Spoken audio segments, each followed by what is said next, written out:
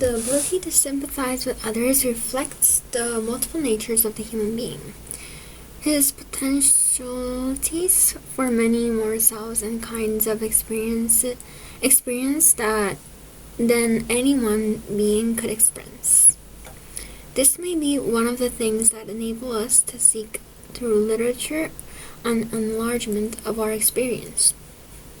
Although we may see some characters as outside ourselves, that is, we may not identify with them completely, we are nevertheless able to enter into their behavior and their emotions. Thus, the youth may identify with the aged, one gender with the other, and a reader of a particular limited social background with members of a different class or a different period.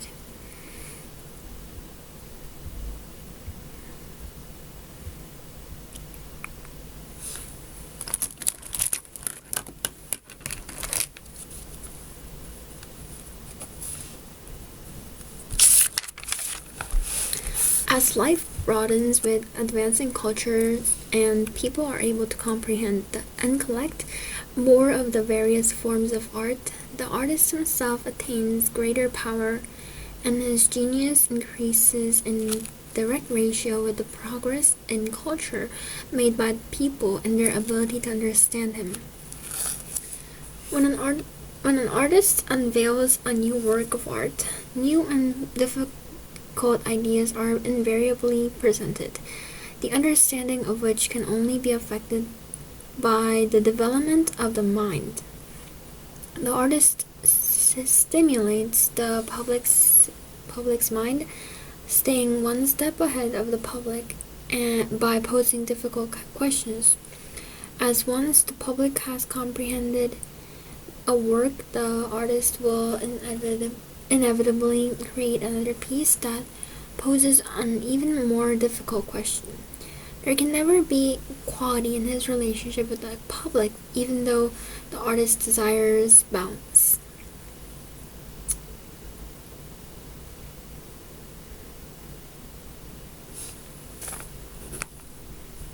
An imbalance between the artist and the public.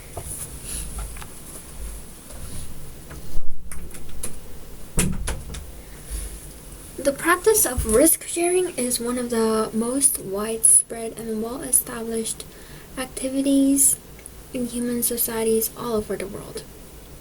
And for evidence of just how important a practice it is, one need look no further than our highly institutionalized insurance industry. People pay for insurance because it offers them a means to protect against unexpected and rare events that they would otherwise be unable to prepare for.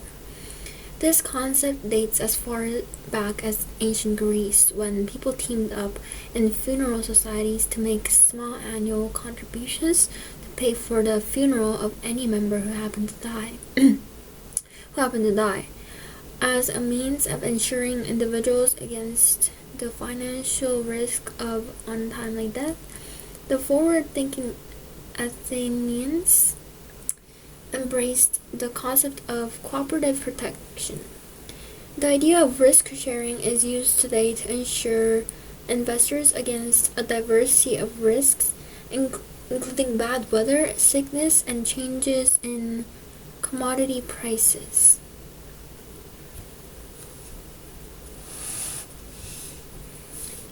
Risk sharing in ancient Greece and the modern world. Perhaps the most fundamental Western assumption is that the individual self is in ongoing opposition to society. You can hear this in everyday conversations, as people talk about learning to be true to themselves by resisting society's expectations. A guest on a famous American talk show expressed the hope that women would learn to make decisions all by themselves without regard to what society or somebody else says. This concept is, however, foreign to most Asians as well as members of many other cultures, such as Africans, for whom the self exists only in relation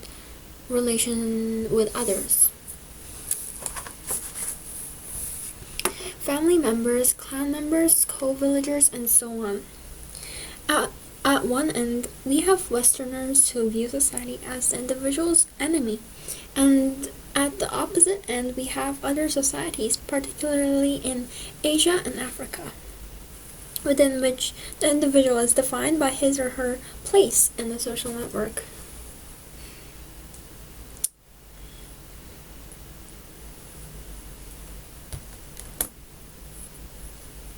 Contrasting views regarding society and the self.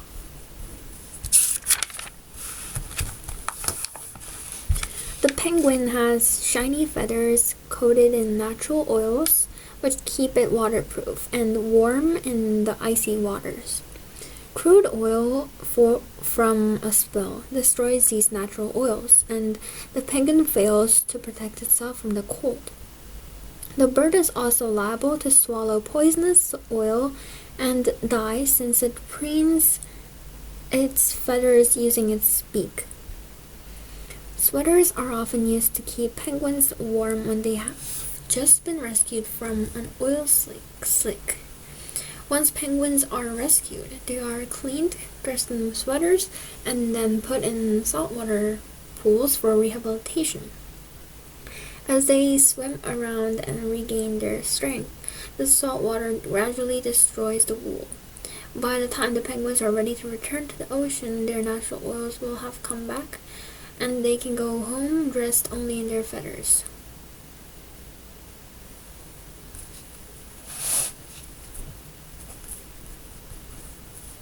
A rehabilitation process of rescued penguins. Book enthusiasts and book collectors are fascinated with the number one. They are interested in obtaining the first edition of a book. An edition of a book is a printing of the book made from a single set of printing plates. It doesn't make any difference how many print runs are made, even if they are separated by months or perhaps even years. If nothing has changed in the book or its design between printings, all the books are still considered first editions, even if the book is from the 7th printing. However, if the book contains font, illustrations, or dust jacket artwork change in a subsequent printing, the new printing is generally considered to be a new edition of the book as well.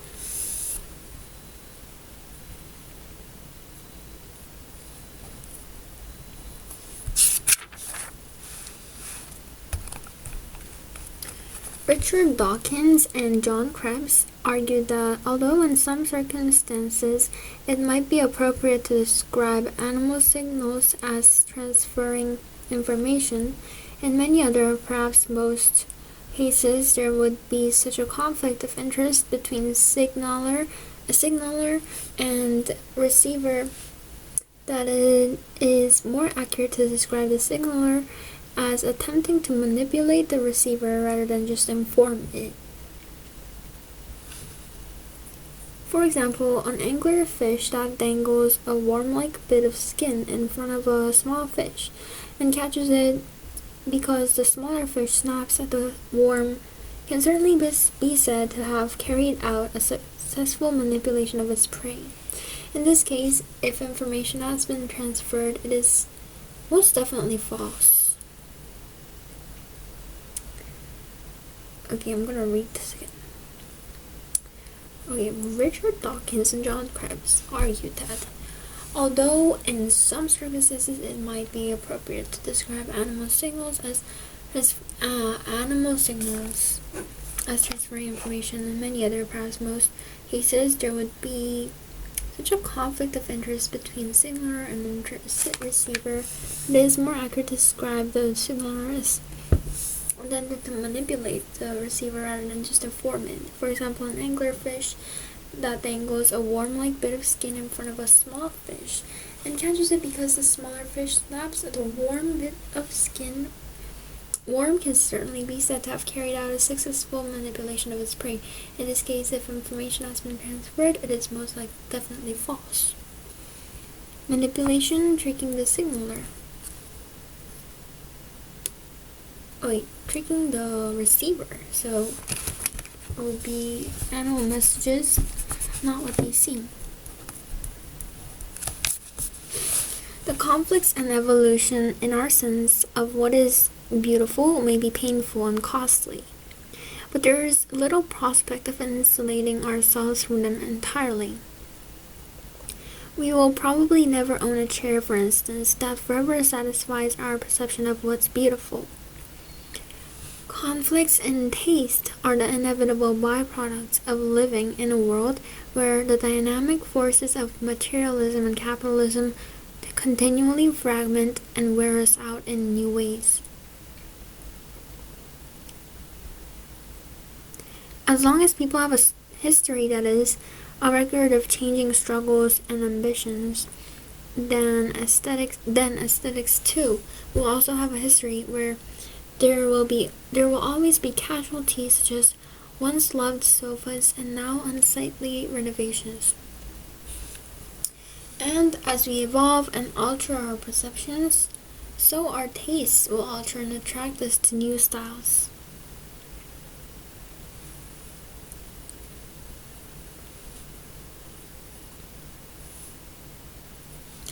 Staying true to one taste, probably impossible.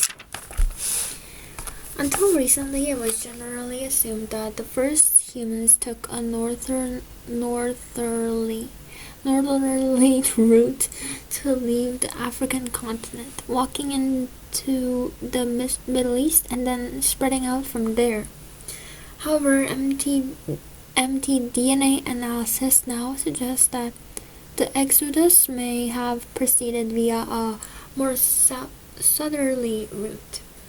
In 2005, an international team of researchers announced that an isolated group living in Malaysia appeared to be the descendants of humans who left Africa around 65,000 years ago. According to the researchers, climatic change underway at the time would have made a southerly route easier. The genetic evidence suggests perhaps as few as several hundred individuals went first to India, then Southeast Asia, and Australasia. If correct, this would explain why humans appear to have reached Australia around 50,000 years ago. While the oldest human remains in Europe, a jawbone found in Romania, are only around 35,000 years ago.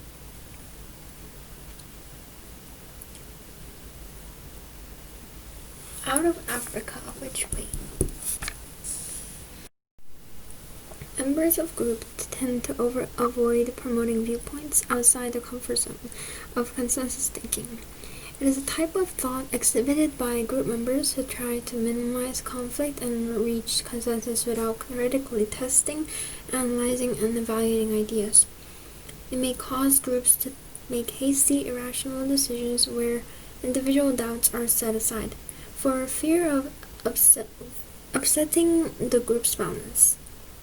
To protect the group from this groupthink, leaders should assign each member the role of critical evaluator or devil's advocate.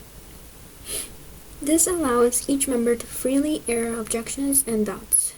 Another is to stress to group members the importance of supporting their opinions with evidence. Furthermore, emphasizing commitment to the task rather than just commitment to the group can help members overcome the tendency to hold back differing opinions.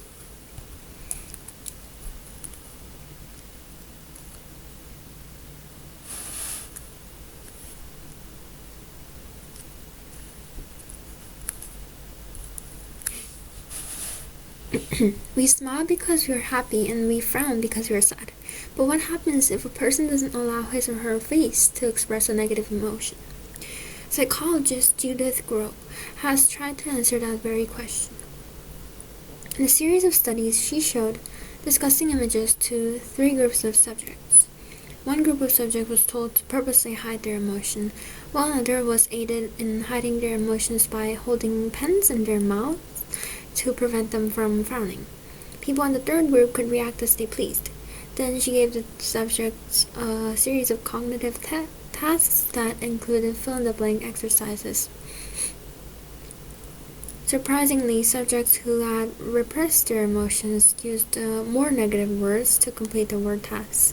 For instance, if they expressed their negative emotions by filling in GRSS as gross rather than grass.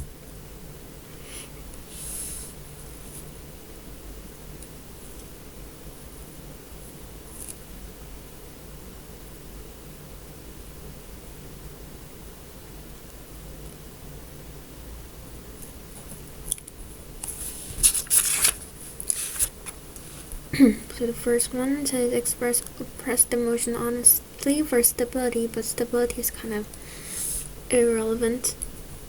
Is it possible to hide our negative feelings completely? This is not true. What makes it hard to suppress our negative emotions? No. Why our feelings seek various channels to express themselves? No, not why. Cognitive skills, crucial factors in expressing suppressed emotions. No. Often we are immobilized by the slightest criticism.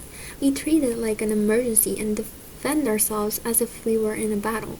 In fact, criticism is nothing more than an observation by another person about us. When we react to criticism with a defensive response, it hurts, and we may fill our minds with angry or hurtful thoughts directed at ourselves or at the person who is being critical. A defensive response, it hurts, and we may.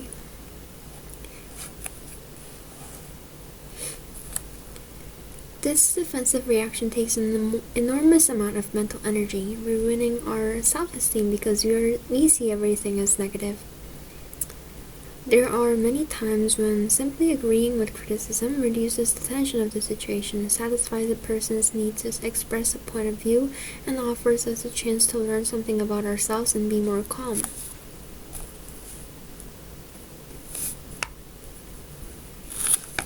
Everyone needs affection and care from family and friends. We need them to accept us, understand us, and support us. Sometimes we need their criticism and their forgiveness if we do them wrong. But if we expect our loved ones and others to be able to read our minds and know exactly what we want and give it to us without being told, we will often be disappointed. Being honest, open, and direct about our feelings and needs, while being sensitive and thoughtful about others' feelings and needs, is so important. We all need to learn simply to ask for what we want. Of course, it's always possible that you will be refused, but whenever you make a reasonable request, you get a boost in self-esteem and open the door to a more fulfilling life. Putting your thoughts into language and then organizing the words so that they flow well is a very complex task for your brain.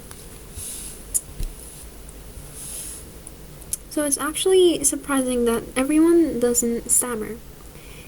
Stammering is a speech problem that makes you unable to speak easily. For instance, when you want to say hi Jeff, what comes out is ha ha ha ho ho Jeff. Hi Jeff. No one understands why stammering occurs, but a lot of research is being done to find out. Research into the problem of stammering has looked at different areas of the brain that handle language processing, and the formation of speech. The research suggests that stammering happens when the formation of speech jumps too far ahead of the language processing. Other researchers are looking at the role of neurotransmitters, the chemical messengers of the brain.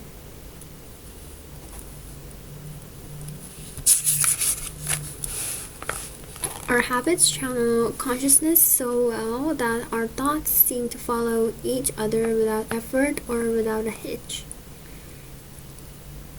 That's why most of us never realize just how little control we have over our mind. Your morning alarm restores you to consciousness after sleeping. You walk to the bathroom, shower, and get dressed. Then your social cultural roles give shape to your thoughts, and you operate on autopilot until the end of the day, and you lose consciousness again by falling asleep. But when you're alone and you have nothing to do, the basic disorder of the mind reveals itself.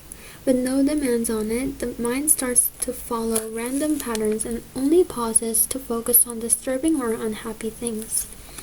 Unless you know how to give order to your thoughts, they will jump around haphazardly and draw you toward whatever is most troublesome for you now, whether it be real or imaginary pain, fresh resentments, or long-held disappointments.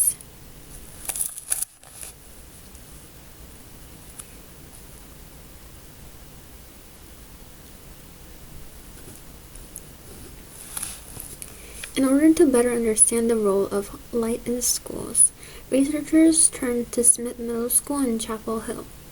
The school was built for energy efficiency with lots of skylights so classrooms could reduce use of electric lights yet still be brighter than usual indoors. That allowed testing of the effects when some 8th graders at Smith Middle School suddenly lost exposure to a specific wavelength of light. From waking until school ended, 11 students wore special orange goggles that block short wavelength blue light but not other wavelengths necessary for proper vision. Blocking that light for 5 days upset the students' internal body clocks, delaying by half an hour their evening surge of a hormone called melatonin that helps induce sleep. Teens who spend their days in mostly windowless schools probably suffer the same effect, said one of the researchers.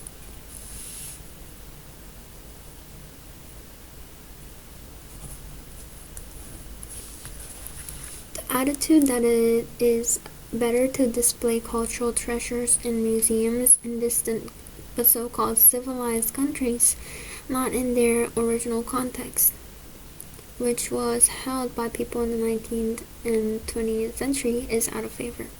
Centuries ago, Western civilization believed that it had to remove cultural treasures from uncivilized to poor lands for their appreciation and protection.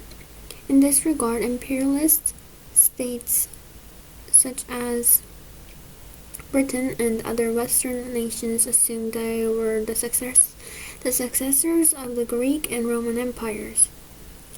It was they who would protect the heritage of Western civilization by placing it in museums in London, Paris, or Berlin.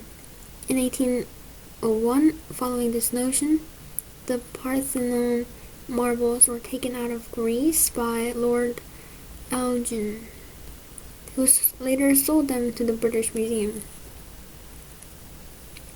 This allowed them only to be understood in their architectural context and not in their original geographic, cultural context.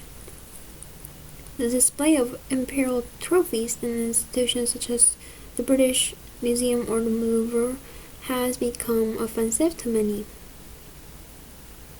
Okay, I'm gonna read this again.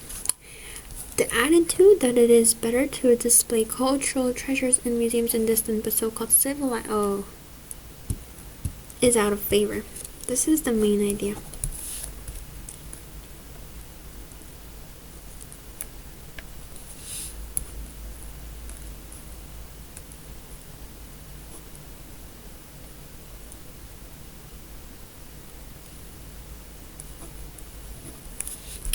The topic would be, where should cultural treasures be kept? Language has two interrelated benefits. One is that it is social, and the other is that it supplies expressions to make thoughts public that would otherwise remain private. When we see or hear something that a companion is not looking at or listening to, we can usually make him or her aware of it by saying look, or listen, or even by a simple gesture. But if we saw a fox, for example, yesterday, It wouldn't be possible without language to communicate this fact to anyone who wasn't with us at the time. This depends upon the fact that the word fox applies equally to a fox seen or a fox remembered, so that we can make a memory or thought known to others. Without language, we could communicate only the sensations we experience in public and only to the people who are close by.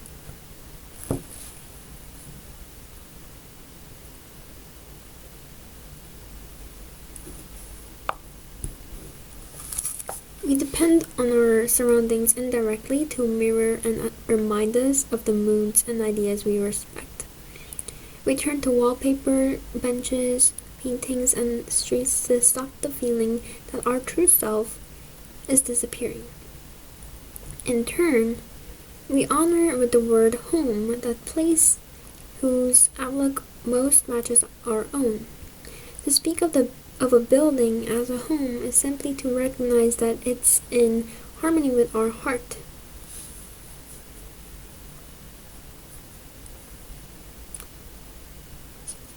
Our love of a home is an acknowledgement that our identity is not entirely self-determined.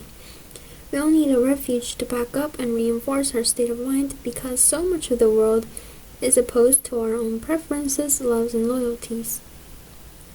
We need our rooms to make us feel closer to our desirable versions of ourselves and to keep alive the important short-lived sides of us.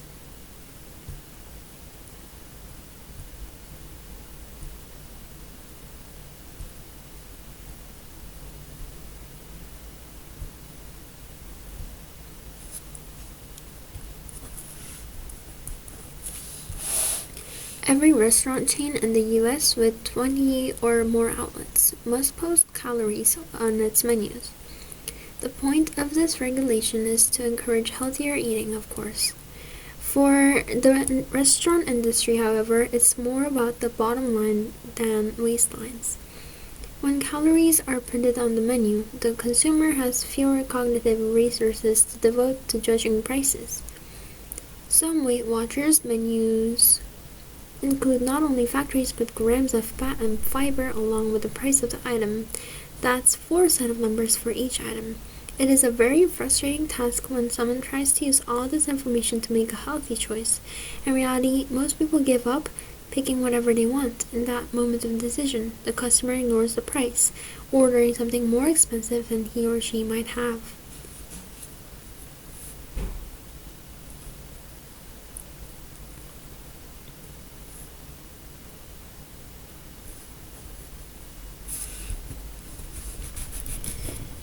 The healthier the item, more expensive? No.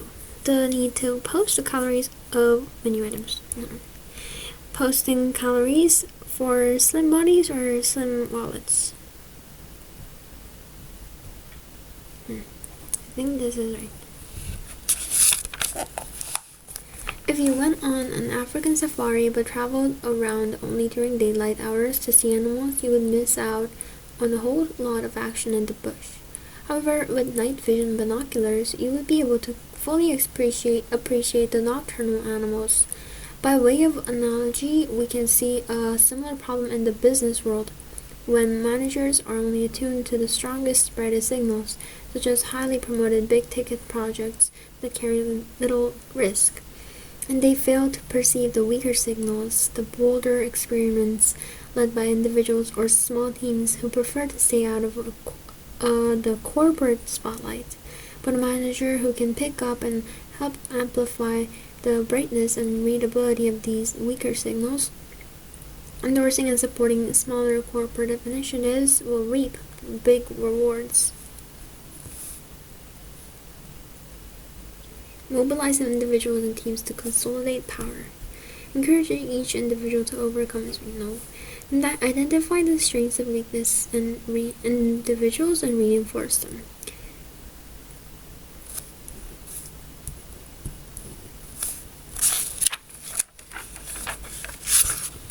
This is kind of confusing.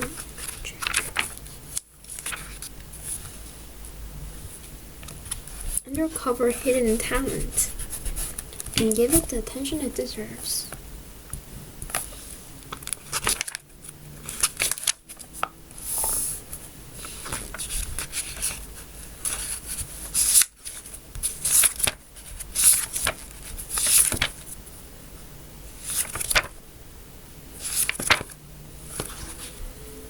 Sometimes anonymity in traffic acts as a powerful drug with several curious side effects.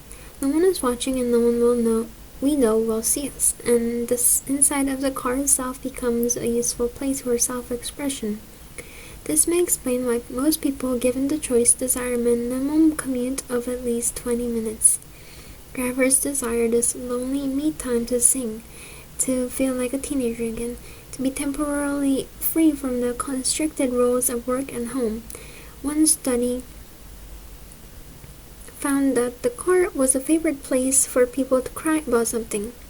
According to another study, researchers installed cameras inside of cars and to study drivers.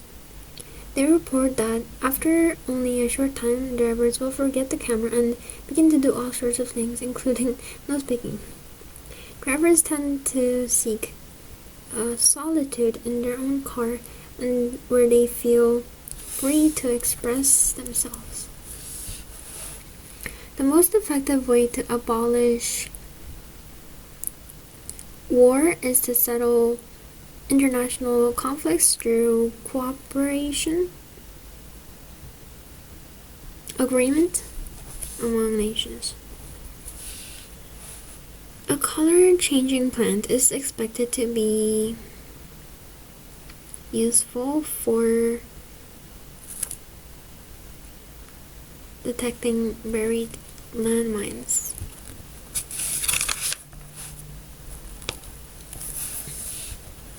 With the rise of the social sciences, and especially the anthropology of the 1930s and thereafter, words like savage and primitive began to disappear from the vocabulary of cultural studies, along with the notion that the people who had once borne these labels represented a biologically less evolved form of humanity.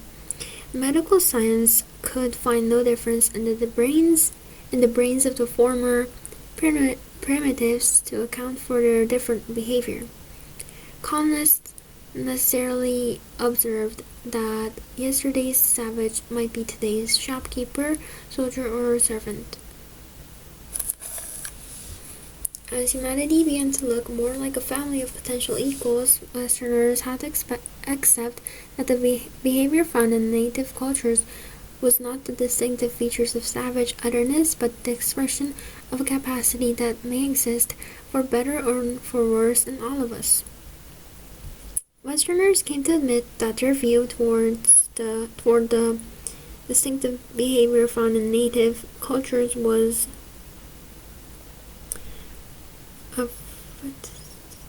religious no. Distinctive, different, greatest, acceptable, biased. Their view was biased. I believe mystery plays a fundamental role in experiencing the great things in life. If you can determine the chemicals that exist in a food or wine, does that help you understand why you like the taste? Do you think that being able to list all the reasons you love a person enables you to love that person more or differently?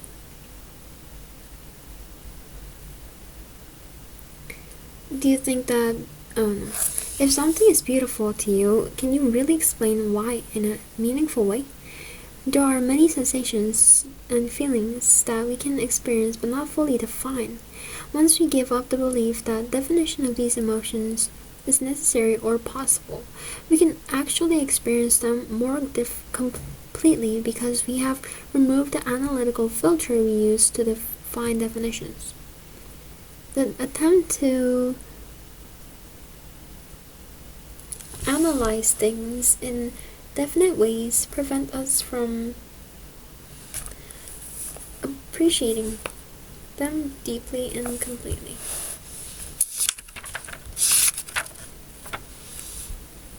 Parents should take care when they send their children to a sports camp and should talk with the sports coaches to see if they will respect the children's wishes.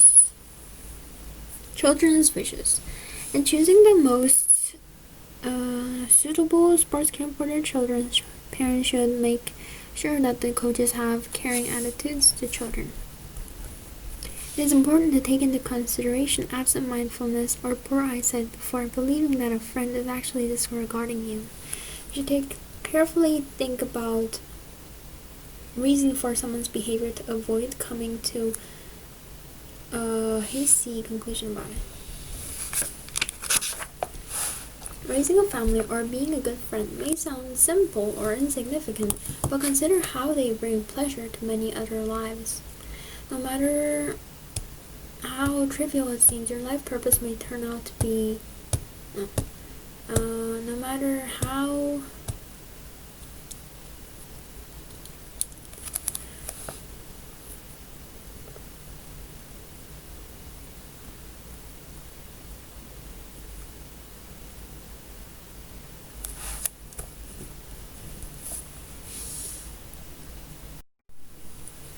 in most societies, the family comes first, and the individual is sunk within the family. This means that it is really impossible for most people to think of themselves without thinking of others. Some people can find out their identity through relationships in society.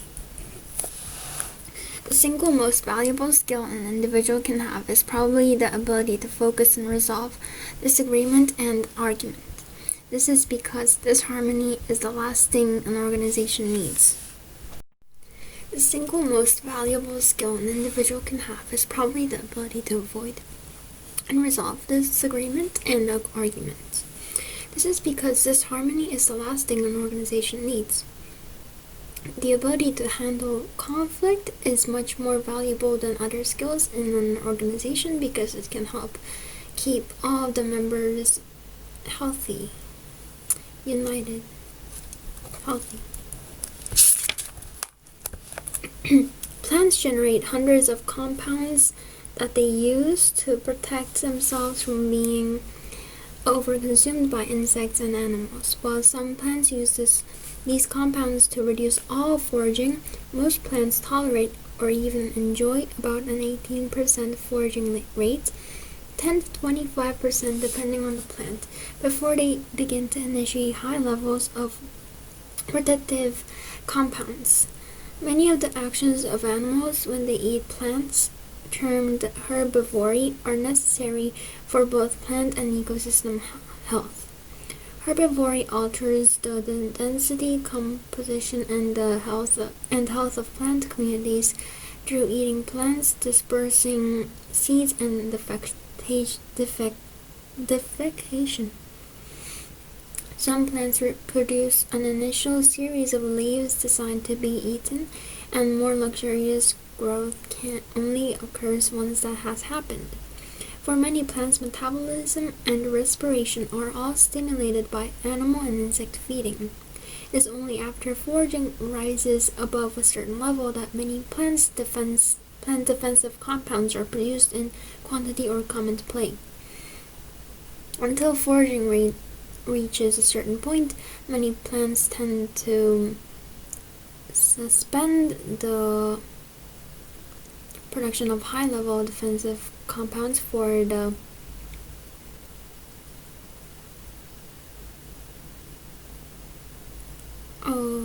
prosperity that foraging brings to them. Okay, I'm gonna read this again. Plants generate hundreds of compounds that they use to protect themselves from being overconsumed by insects and animals. While some plants use these compounds to reduce all foraging, most plants tolerate or even enjoy about an 18% foraging rate, 10 to 25% depending on the plant, before they begin to initiate high levels of protective compounds. Many of these actions of animals when they eat plants are necessary for both plant and ecosystem health. Herbivory alters the density, composition, and health of plant communities through eating plants, dispersing seeds, and defecation. Some plants produce an initial series of leaves designed to be eaten, and more luxurious growth only occurs once that has happened. For many plants, metabolism and respiration are all stimulated by animal and insect feeding. It is only after foraging rises above a certain level that many plant defensive compounds are produced in quantity or come into play. Why does the moon appear to be larger when low on the horizon, as opposed to high in the sky? The keyword is appear. The moon optically is the same size in both cases. An optical illusion is caused by the eye's errant visual perception. When the moon is just above the skyline, there are trees, buildings, and mountains to compare it with and give it a sense of size and distance or perspective.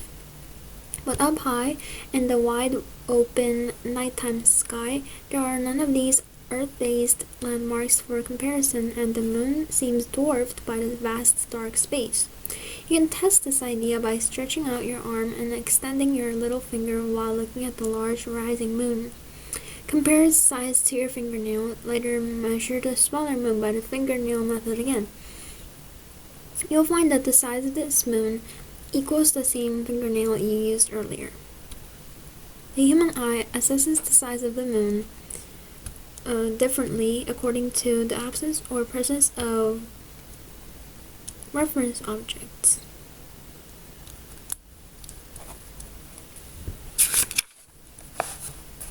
If someone were to say life is a cup of coffee, it is unlikely that you would have heard this expression before. But its novelty forces you to think about its meaning. The vehicle used, a cup of coffee, is a common object of everyday life, and therefore easily perceivable as a source for thinking about that life.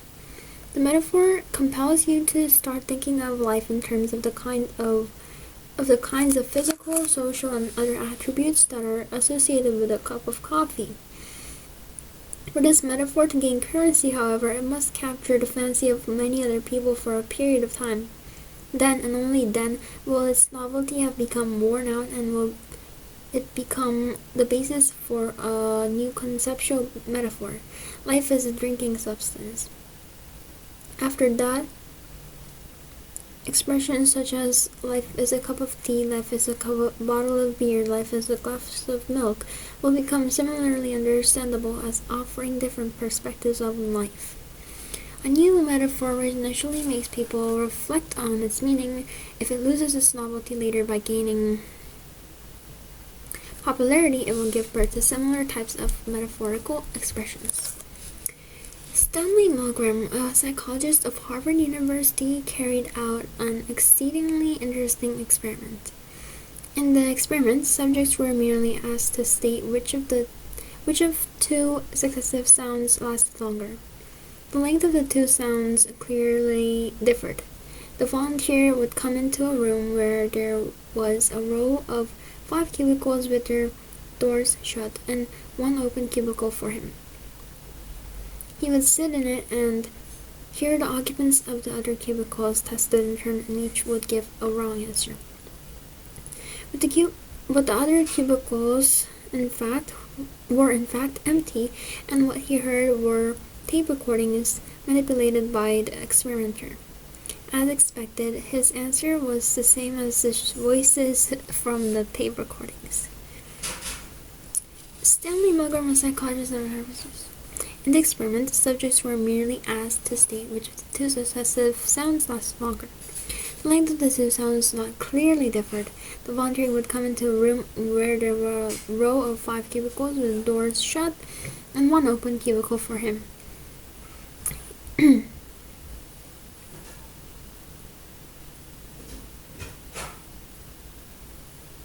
Faced with the unanimous opinion of the group that they were in, the subjects tended to feel pressured to conform with the group and accept what they actually heard. The stereotypical view of adolescence has long been that it's a time of risk-taking behavior, unstable emotions, and terrible conflict with parents. Pioneering American psychologist G. Stanley Hall applied the label storm and stress to the period and urged teachers and parents to manage and discipline the wild adolescents in their care. But Hall's theories are being challenged. Most teenagers, when questioned by recent researchers, deny that their lives are full of chaos and confusion. Some admit to suffering from stress and disruption in their lives, but rarely to the extremes claimed by Hall and others. On the contrary, 75% of adolescents surveyed in an international study said that they were generally happy, felt good about themselves, and valued their families and their school life. Unlike prevailing opinions that adolescents experience conflict in emotions and in relationships, conflict or confusion. I think both could be, but not comfort. A recent survey shows that about 3/4 of teenagers state that they are satisfied. If you took a 3-year-old child and gave him something to play with, and then you started yelling at the poor kid, telling him how stupid he is and how he never does anything right, you would end up with a frightened little child who sits quietly in the corner of the room doing nothing. But if you took the same little boy and told him that it's okay to make mistakes and that you will always be there for him, then what comes out of that child would probably blow your mind. Each one of us has a 3-year-old child within us, and we often spend most of our time yelling at that poor little kid inside. Then we wonder why our lives don't work so well and why we seem stuck in the same old disappointing habits and experiences. Just as praising encouragement is important for the 3-year-old child, so it is for you to give it to yourself if you want your full potential to emerge. In the Holy Roman Empire, rulers of dozens of small independent states issued thin silver coins called bracteates, which would be claimed at 3/4 of their value when the ruler died. Realizing that this was rather a good idea, the rulers soon got the idea of reclaiming and reissuing them more frequently. So holding on to money was risky, and it was better to use it while you had it. To build houses or other types of buildings with lasting value. This led to a high demand for construction labor, so wages were good, working hours were short, and religious holidays were frequent. This greatly improved the quality of life by stimulating spending, which was wonderful for the economy. For the Romans, issuing money that was not worth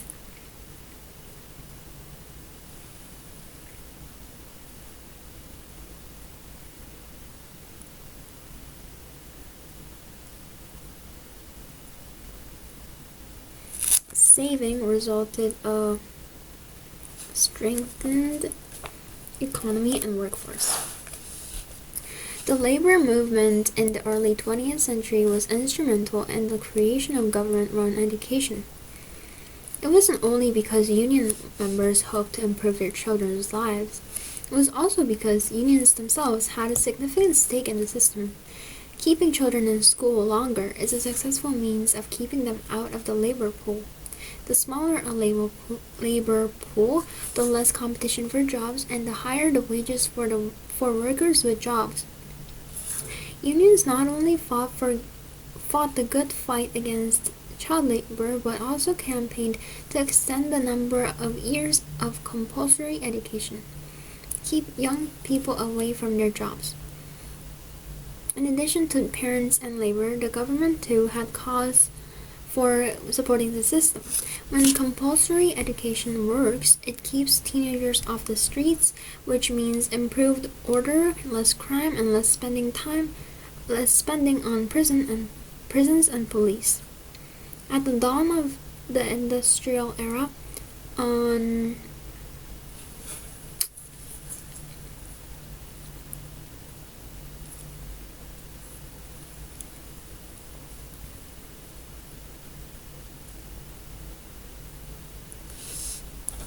accidental consensus was formed from a wide range of independent interests to push for public education. Scores of Hollywood horror movies portray full moon nights as peak times of creepy occurrences such as shooting and psychotic behaviors.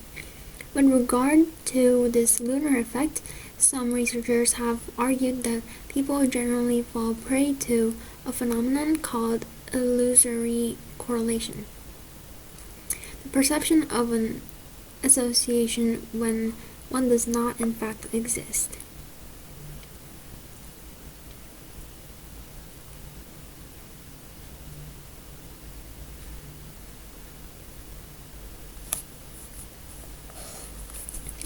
Such illusory correlations result in part from our mind's inclination to recall most events better than non-events. When there is a full moon and something decidedly odd happens, we usually notice it, tell others about it, and remember it. We do so because such co-occurrences fit with our expectations. Indeed, one study showed that psychiatric nurses who believed in the lunar effect wrote more notes about patients' peculiar behavior on full moon nights than the nurses who did not believe in this effect.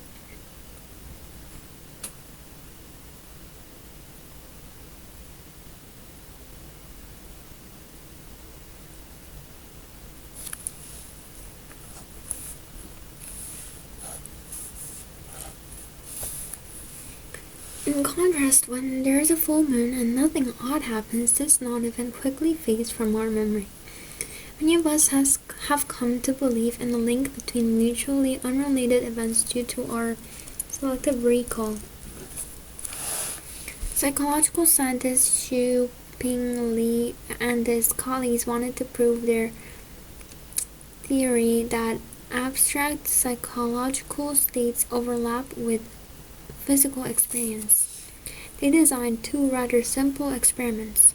In one, the researchers asked a group of volunteers to write about a recent decision that they regretted. Half of them sealed the written memory inside an envelope before handing it in.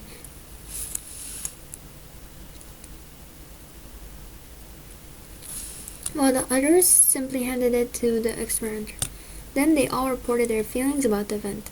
In a second, similar experiment, volunteers wrote about a dream that had gone unfulfilled. Again, only half sealed away their recollections, and again, they all later described how emotionally upset they were.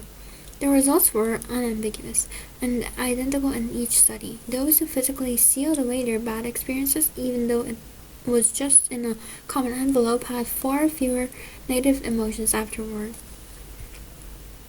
The physical act of enclosing our bad feelings might facilitate the psychological closure regarding a difficult emotional experience.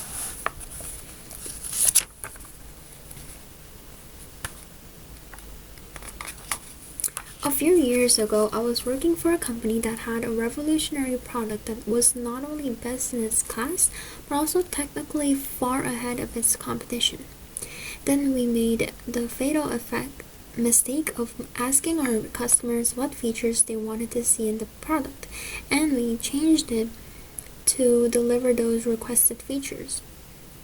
Unfortunately for my company, our major competitor did not ask customers what they wanted because it had the forethought to reinvent its product and make the product better in a way that customers could never have imagined until they saw the product. Customers can tell you the things that are broken and how they want them to be fixed, but an entrepreneur wants to keep in mind that while fulfilling customers' needs isn't part of the job description, there are other goals. Part of the entrepreneur's job is to invent the future.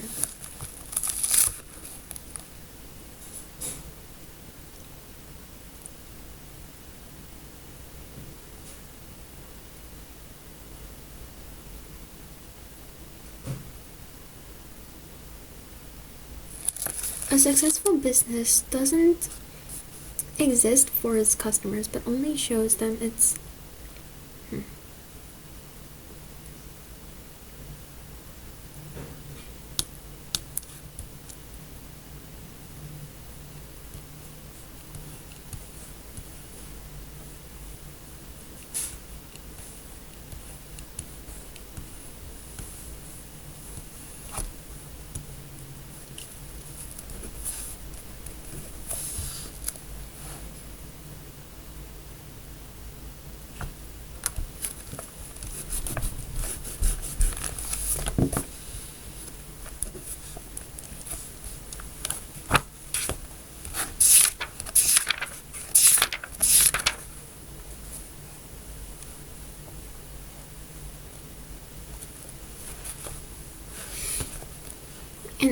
University of Chicago study, volunteers were told to imagine they would team up with a partner to compete in a trivia quiz.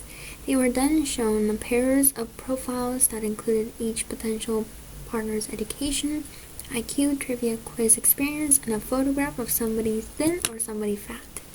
Volunteers selected their preferred partner and then judged another 23 pairs. Volunteers were willing to sacrifice 12 IQ points in a partner to have one who is thin. In a similar experiment, when comparing job offers, study subjects were willing to take a 22% salary cut to have a male boss. We tend to make illogical decisions based on prejudices. Rejecting the fatter person in the higher intelligence as a quiz partner or a female boss in a job with a higher salary is also discriminating against ourselves. According to some studies, it seems that we are willing to accept a disadvantage to satisfy our biases.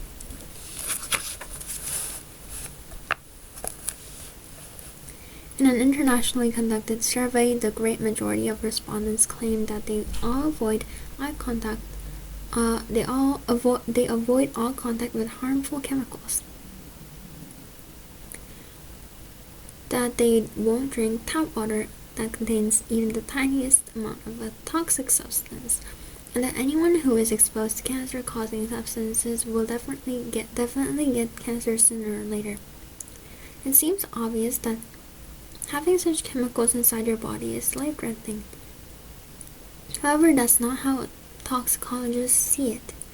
In the 16th century, Paracelsus said that there is no substance that is not a poison, claiming that only the right dose differentiates a poison from a cure. This is the first principle of toxicology. Drink too much water and the body's thought balance is thrown into chaos, which induces seizure, coma, and even death. Nevertheless, even the deadliest toxin, if it is used in a sufficiently limited quantity, causes no harm at all, and rather it can be used as a useful drug. A trace of botulinum toxin, 1 gram alone of which can kill 10 million people, is now extensively used in cosmetic surgery for its wrinkle-preventing properties under the brand name Botox. Contrary to popular belief about human health, toxicology teaches that the mere quantity of a poison in the human body isn't what matters. What matters is the proportion of the substance in relation to everything else. Jenny Pyers and her colleagues studied deaf adults. Some of the participants had learned an early basic form of sign language, whereas the others were fluent in a more sophisticated form of it that included mental state terms, such as know and think.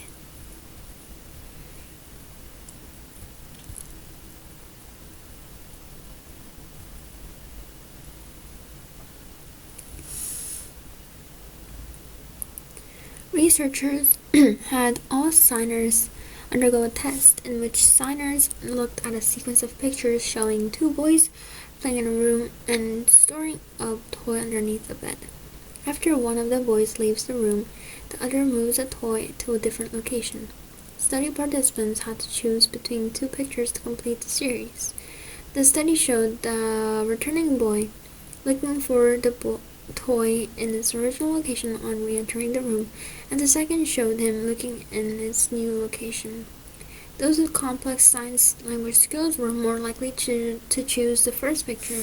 Moreover, after a 2-year period during which those who had only learned the basic form of sign language improved their sign language knowledge, they performed better at such tasks.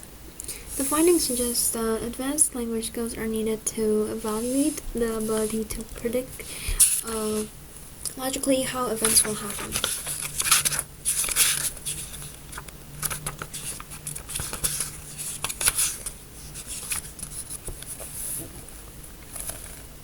Overcrowded schools often have more problems with aggressive student behavior.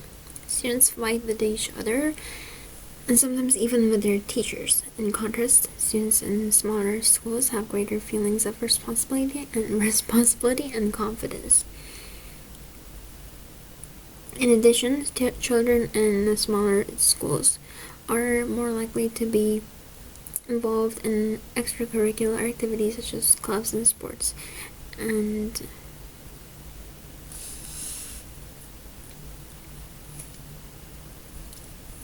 for these reasons, smaller schools are often an aim of educational reform policies. There are many different types of bicycles for different types of riding. In fact, you must match your bike with the primary type of riding you will do.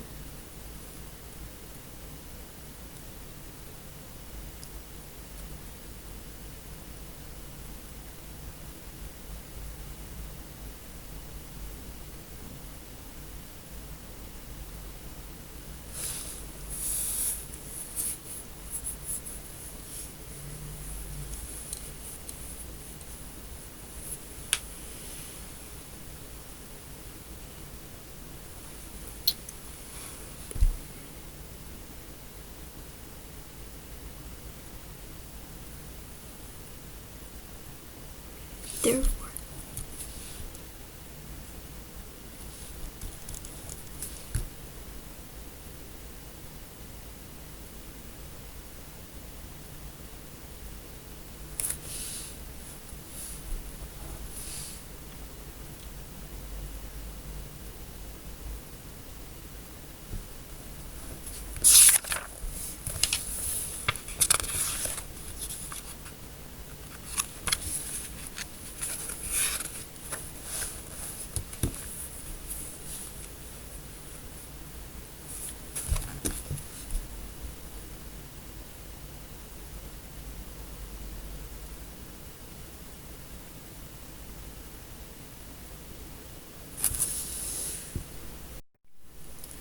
sheets of paper exist almost entirely for the purpose of carrying information, so we tend to think of them as neutral objects. We rarely interpret marks on paper as references to the paper itself.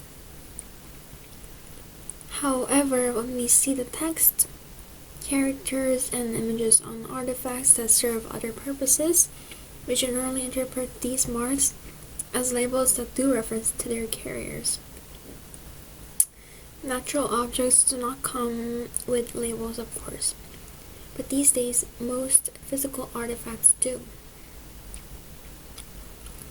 That is, their designers have chosen to shift part of the burden of communication from the form and materials of the artifact itself to lightweight surface symbols.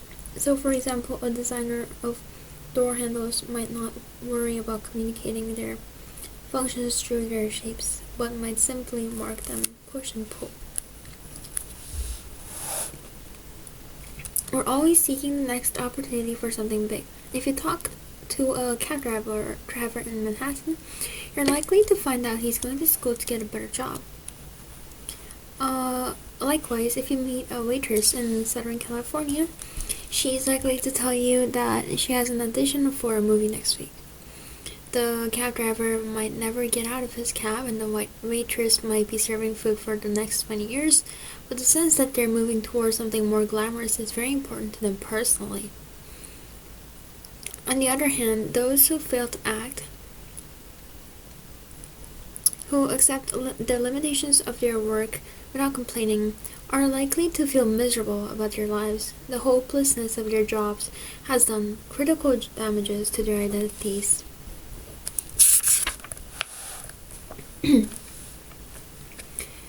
The smartest of our deep ancestors would have stored their excess meat in the bodies and minds of others, not just their own kids. So, evolutionary psychologists have suggested that the absence of any effective form of refrigeration was critical to our early moral development. Let's say that you're an early humanoid hunting and gathering on the African savannah, and you strike it lucky. You come across a huge beast, and you manage to kill it. It yields far more meat than anyone involved in the hunt or their families can possibly consume. How do you get the most benefit of your excess meat without a fridge or anywhere to store it?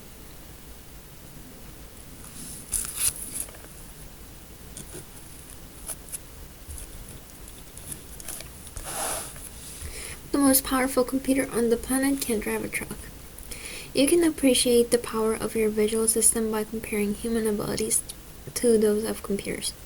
When it comes to math, science, and other traditional thinking tasks, machines beat people, no contest. $5 will get you a calculator that can perform simple calculations faster than and more accurately than any human can.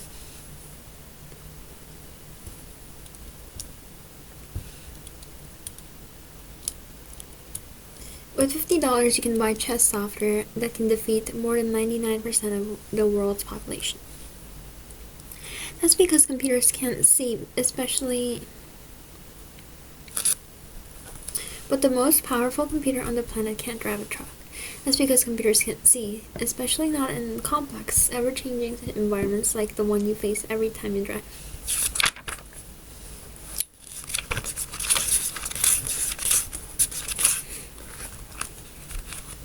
But the strong pig can race to the dispenser and push the weak pig aside to claim the leftovers.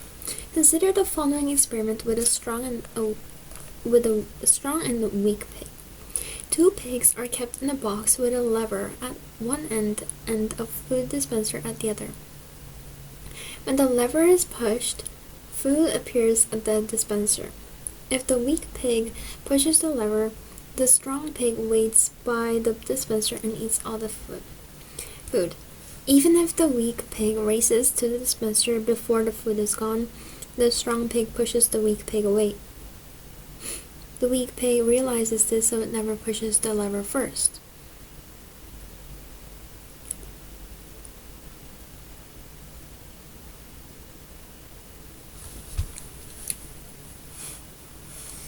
Wait.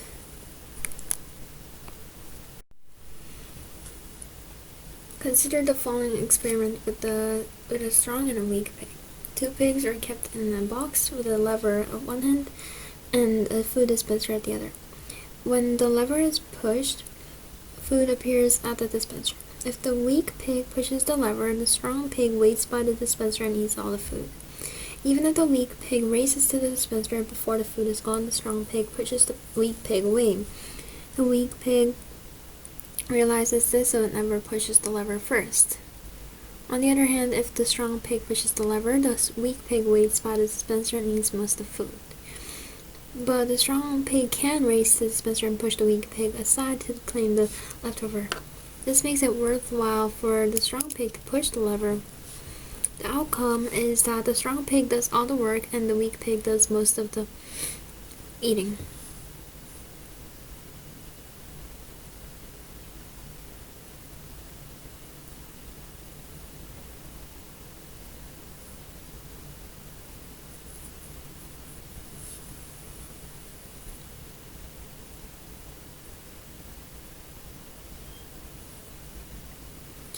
Older workers, in contrast, more often have skills that are quite specific to the industry or firm in which they are currently employed. Younger workers tend to have more general skills and are less certain about where their skills might be put to their best uses. Hence, they tend to move between jobs on a regular basis, but when they leave their old job, they have little trouble finding a new one. They already know their best employment option and are not inclined to move around between jobs.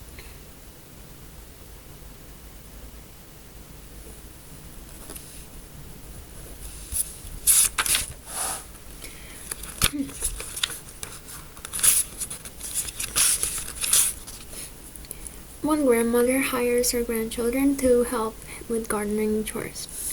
Whether their grandchildren have special needs or not, grandparents shouldn't overlook the value of incidental learning experiences. Every day, opportunities exist in the form of errands, meal preparation, and chores. At the farmer's market, for example, a child might discover a new meaning for the word ears when choosing corn. Similarly, when filling the tank at the gas station, older children can compare prices and practice estimation, asking questions such as, how much do you think it will cost to fill the tank? As a result, one grandmother hires her grandchildren to help with gardening chores. As a result, they can learn the names of flowers and understand the tools and processes involved in growing vegetables. Such a phenomenon happens on account of the methane gas that the Martians produce. One of the most spectacular shows on Earth fills the sky with lightning for 10 hours at a time, 150 times a year. This natural phenomenon that occurs only over the Martians where the Catatumbo River meets Lake Maracaibo in Venezuela.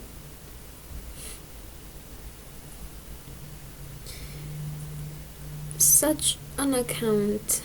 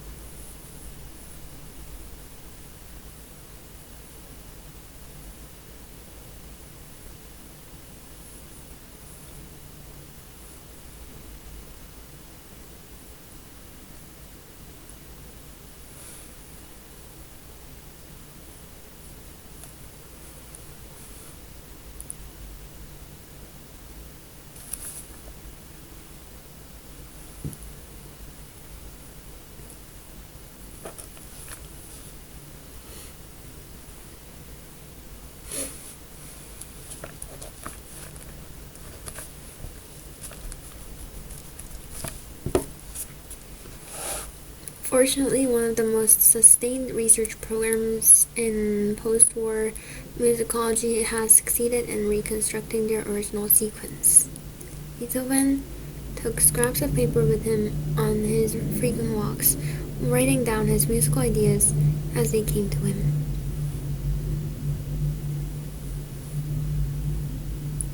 At home, he kept large sketchbooks into which he might copy the results or enter new ideas, fashioning and refashioning the music, crossing it out and starting it again. As a result, you can work through them and trace the painful process by which Beethoven edged toward the music that we know. For instance, while the first section of the Ode to Joy seems to have come to him with little difficulty, the middle section gave him enormous trouble.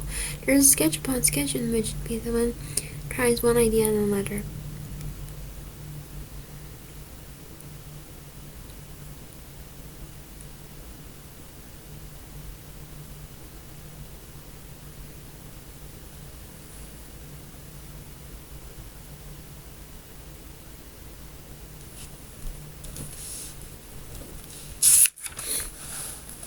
People themselves often also differ in their ability to taste and in their tolerance to certain plants. We know that the taste of a particular plant from one place may differ slightly from that of the same plant at another place. This is due to genetic variation, usually manifested in differing characteristics. Thus, the degree of bitterness or mildness in many members of the mustard and daisy families can be attributed to natural genetic variations. Chemical composition of the soil along with other substances added by man or animals can affect the taste of some plants, especially smaller herbs.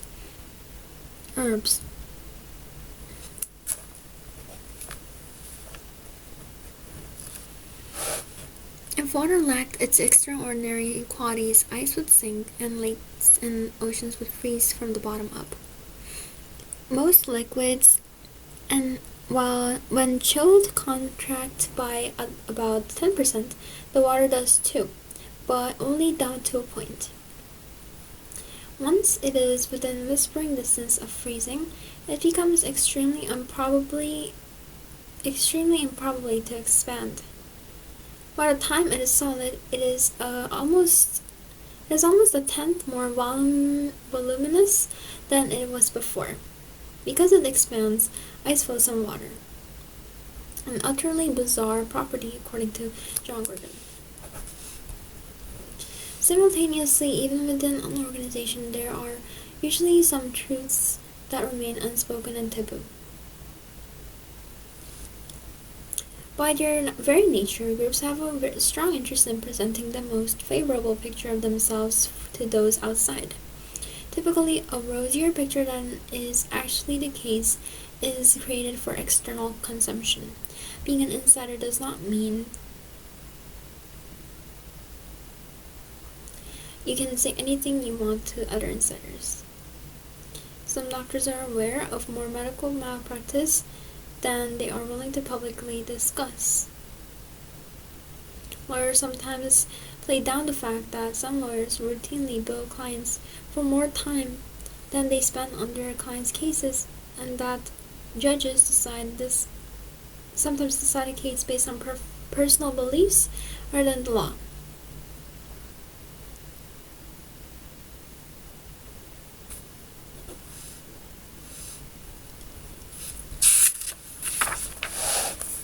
Of course, the naughty puppet who had been on the left had it taken away.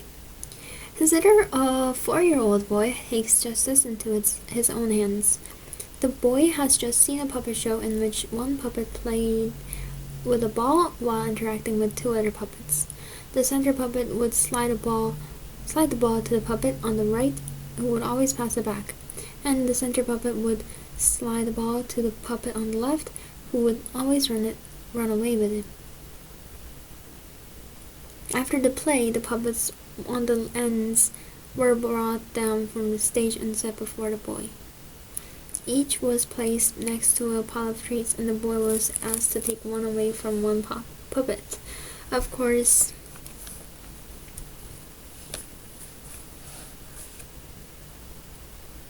the precise proportions of the ingredients and the way in which the drink is served depends on the person who makes it. Espresso is strong coffee made by forcing high-pressure steam through finely ground coffee beans. It is served in a tiny cup. When steamed milk is added to espresso, it becomes caffè latte, Italian for milk coffee. But when an espresso is mixed with steamed milk and foamed milk, it's called a cappuccino. For instance, some people think that an authentic Italian cappuccino should be about 1 part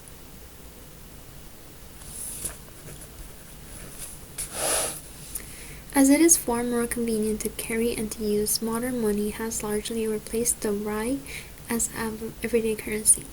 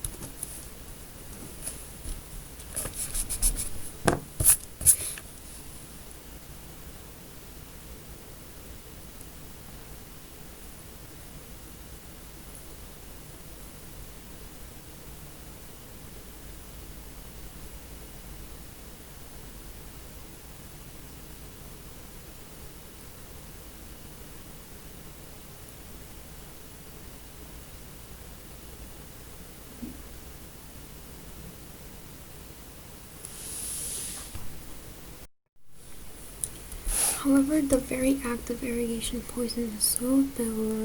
There was no way to drain away the water, since the fields were lower than the river. In 1400 BC, irrigated fields in Sumeria produced a respectable harvest even by modern standards, thanks to a unique irrigation system. It was constructed by removing earth to make channels for the river water to go through.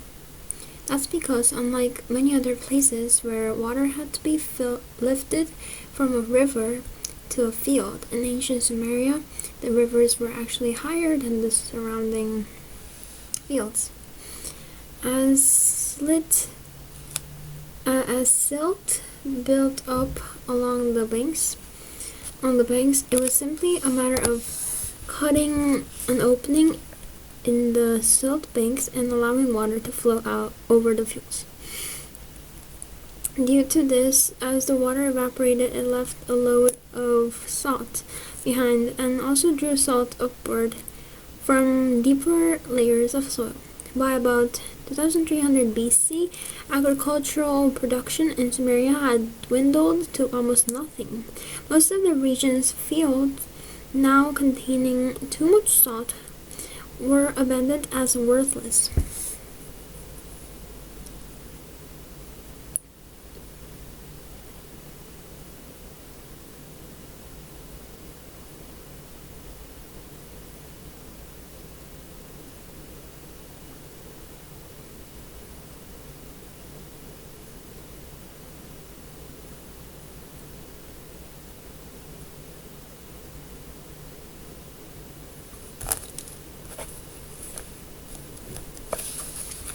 To prevent this, you need to starve the other person of your nearness. A strong presence will draw power and attention to you. You will shine more brightly than those around you. But a point is inevitably reached where too much presence creates the opposite effect. Napoleon recognized this law when he said, "If I am often seen at the theater, people will cease to notice me." This can most easily be appreciated in matters of love, where a lover's absence stimulates your imagination and forms a sort of aura. But this aura fades when you know too much, when your imagination no longer has room to roam. To prevent this, you need to starve the other person. The loved one becomes a person like anyone else.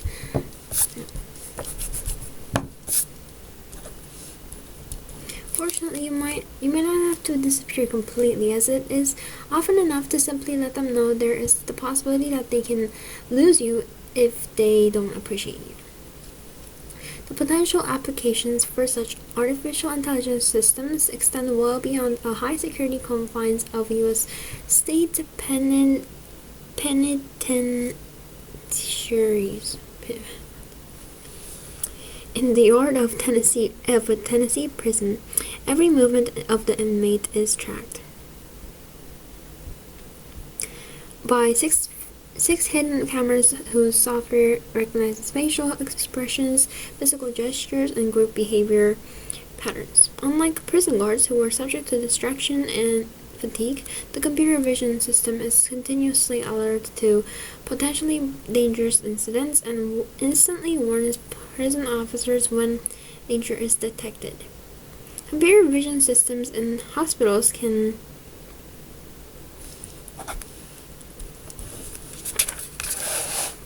Yet everything that's good and honored is, as Nietzsche stressed,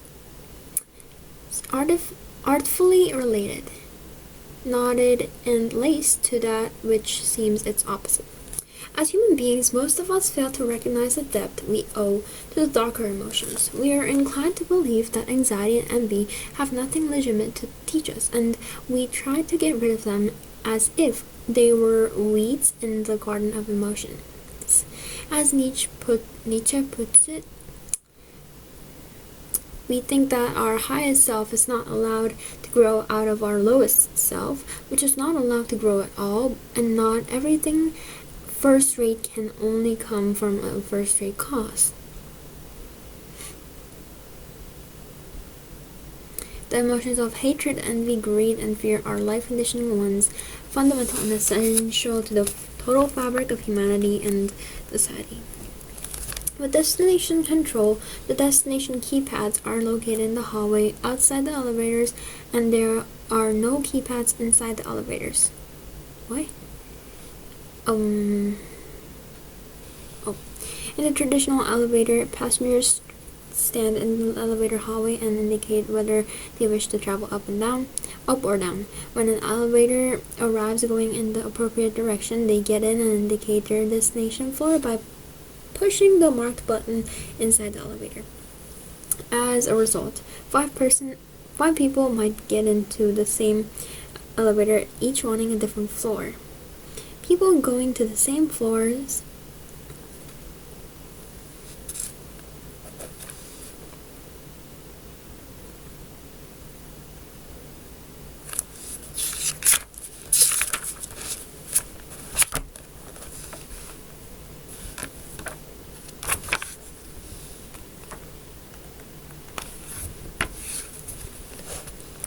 Do you worry about losing your good health? Do you fear that crime, war, and terrorist attacks will disrupt the economy and your security? These are legitimate concerns that many people share. We live in difficult and uncertain times, but are these fears real? Research shows that people who watch a lot of news on television overestimate the threats to their well-being. Why? It's because television focuses on news that makes the world seem like a more dangerous place than it actually is. Afraid of the world that is portrayed on TV, people stay in their homes and with close family and not build bonds with their neighbors. Thus, they become more vulnerable. Surrounding ourselves with a wall of fear, however, is not the answer. The only way to overcome this problem is to be more connected to others, and this connection will reduce fear and isolation.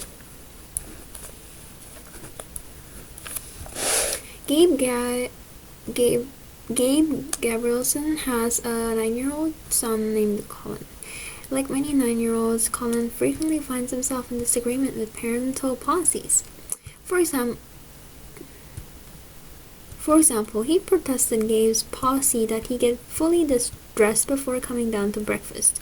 Gabe didn't particularly care what Colin wore at the breakfast table, but he worried that if Colin didn't dress first, he'd wind up late for school. "But I'm more comfortable in my pajamas," Colin argued.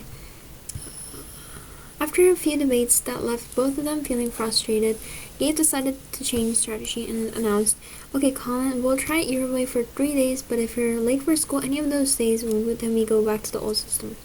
Colin, amazed by the change in response, aced the trial run. He wore his pajamas and stayed punctual. As a result, the new practice stuck.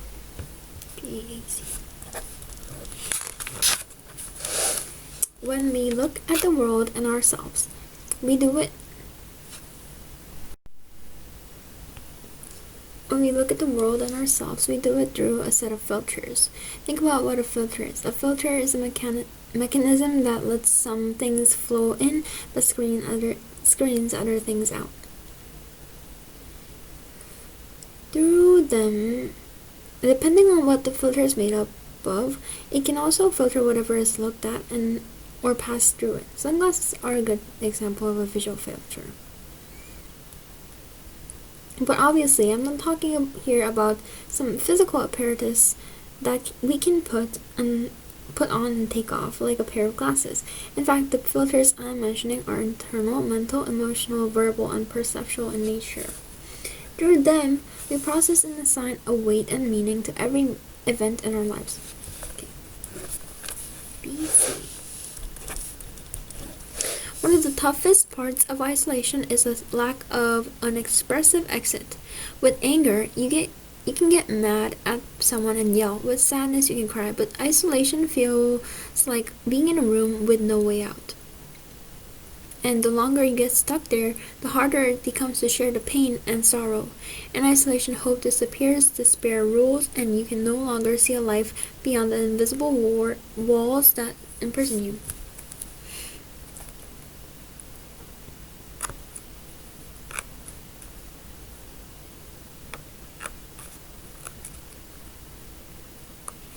Some people find it helpful to work gently at driving themselves back into the world. In one case, a woman reported that after 4 miserable forced lunches with friends, she suddenly enjoyed the fifth one and she found herself laughing at a joke. For people who cannot push themselves, however, support groups are a good cure for isolation. They offer the opportunity for connection in a safe and controlled way. Support groups, meaning if it's professional and we.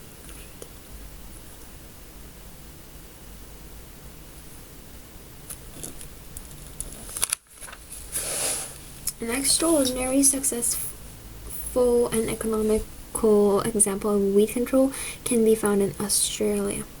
Around 1787, a man brought the prickly pear, a kind of cactus, into Australia.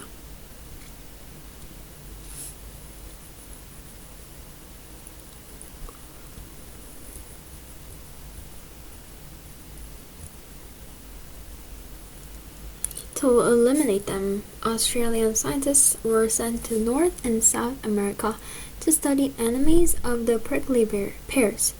After trials in several species, 3 billion eggs of an Argentine moth were spread in Australia.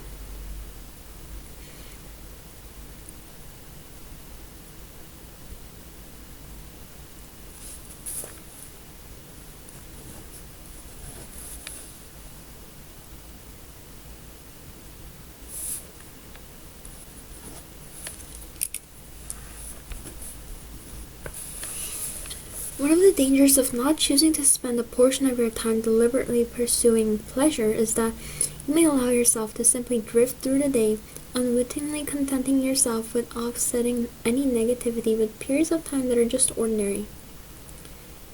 The short-term effects of this are minimal, but long-term, it can have a significant detrimental impact since ordinary routines are in themselves insufficient to properly counter any negativity you may experience.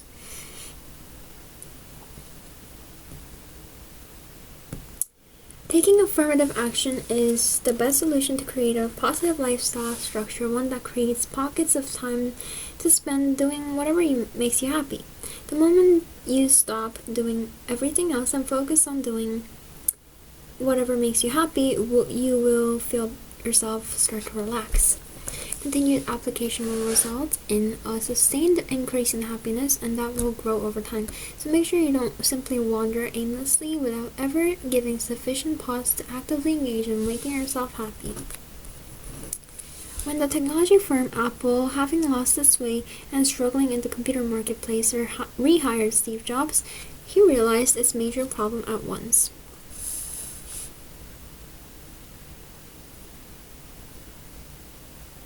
It was simply trying to be successful in too many areas, all at once. Despite employing great people, they were stretched too thinly to be able to focus on getting anything through to completion quickly and brilliantly. And so he cut back the number of projects from several hundred to just 4. It was a courageous decision, but very quickly it proved to be a masterstroke.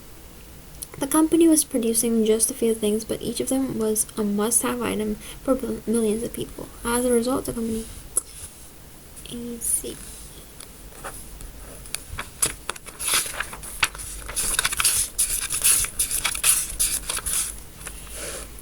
Surely, since we all have the same visual equipment, we all see something as basic as color in the same way. Wrong. It turns out that color vision isn't a black and white issue. It's not nearly that simple.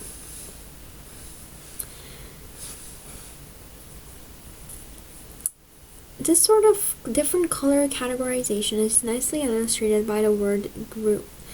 Psychologists use it to describe languages that make no distinction between green and blue.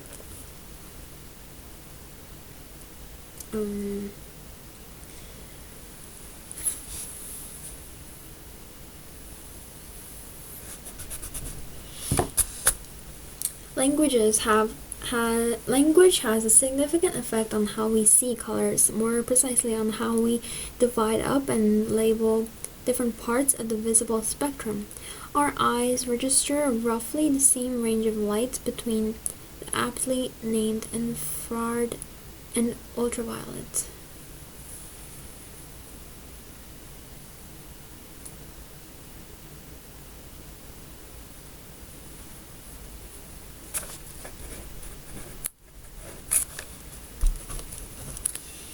A neural network is a form of artificial intelligence that is just as highly attuned as the human brain when it comes to spotting patterns hidden among random details. This is one of the reasons why artificial intelligence has been found to be so useful.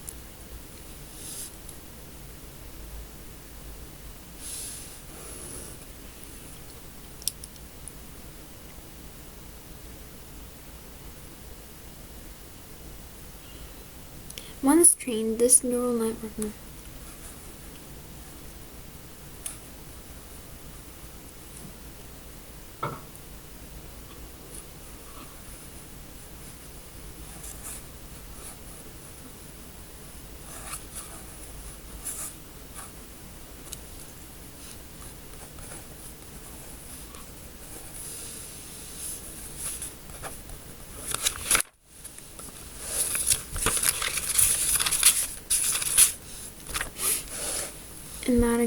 Madagascar, botanists have discovered a species of tree so big that it can be identified in satellite images.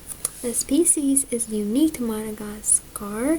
Nothing like this tree has ever been seen before.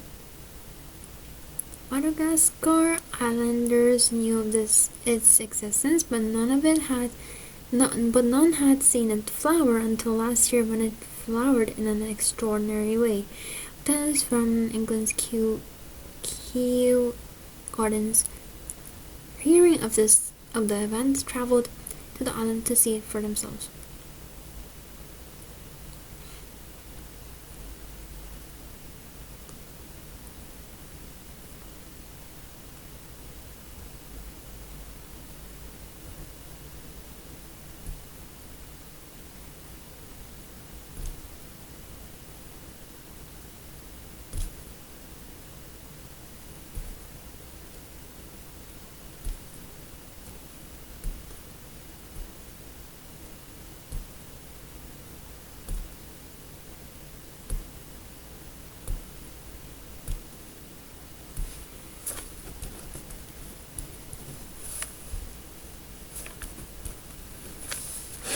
In the field of financial planning, there is a universally accepted principle that it's critical to pay yourself first before you pay your other bills, to think of yourself as a creditor.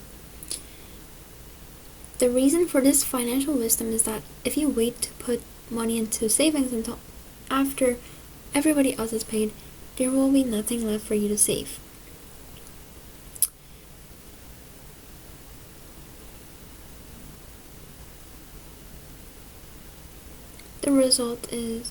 The identical principle is also critical to implement any program of spiritual practice.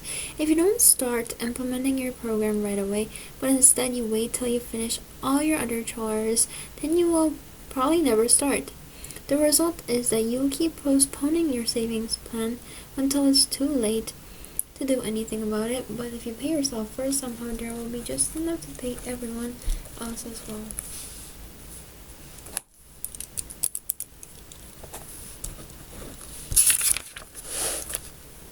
The settlement of the Latin American countryside took a different course from that of North America. Latin Americans did not settle on individual family farms.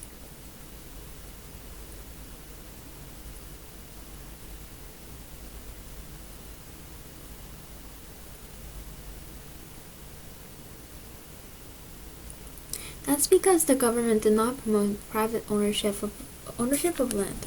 Wealthy men owned most of the land, from which they made huge estates, called haciendas.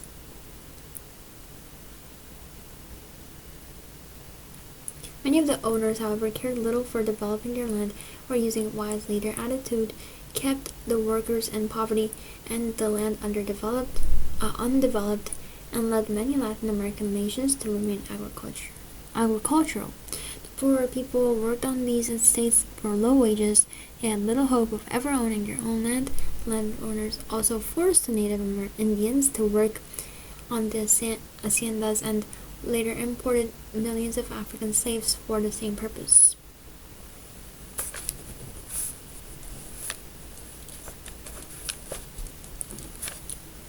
Most researchers agree that short-term memory is anchored and translated into long-term memory when we sleep. This process, called memory consolidation, appears to involve two simultaneous procedures, weakening rarely used neural connections and strengthening patterns of newly formed memories by replaying them.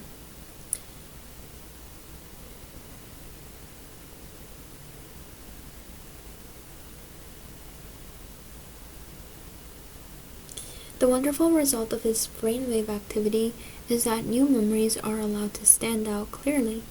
It seems that we forget in order to remember, and we do this best when we are deeply asleep. All is quiet, our breathing is slow, and the slate is clean.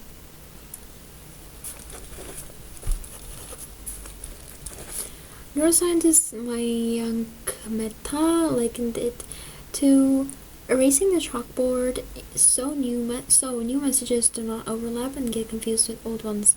Yuliu Tononi and his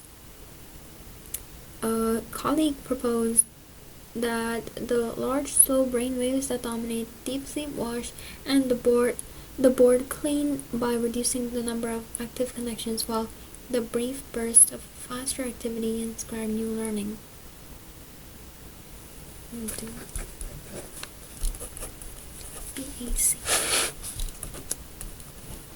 Good night. Parting is such a sweet sorrow that I shall say good night till it be morrow.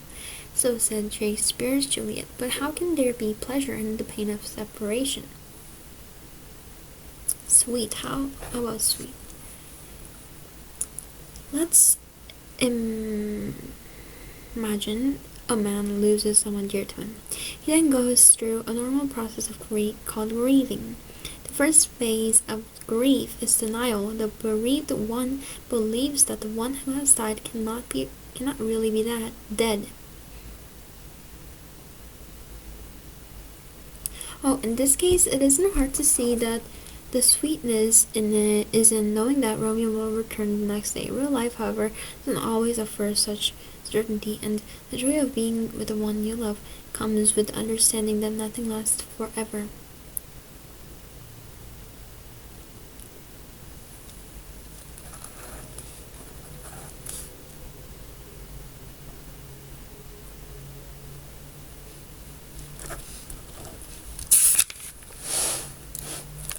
An animal is having a chronically difficult time filling its belly.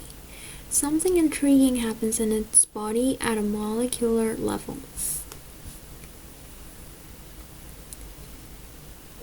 In other words, aging slows down, and cells don't die as quickly as they do when food is available.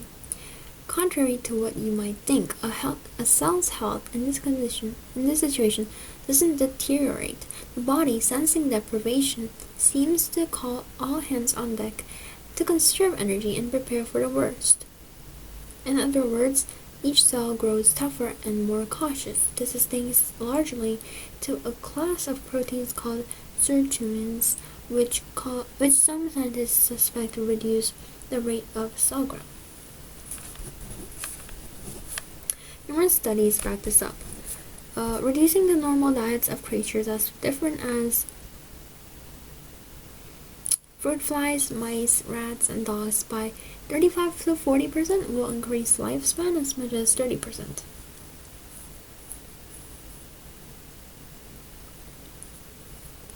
ACP. Understanding networks can lead to innovative, non-obvious strategies. Randomly immunizing a population to prevent the spread of infection typically requires that 80 to 100% of the population be immunized. Immunized.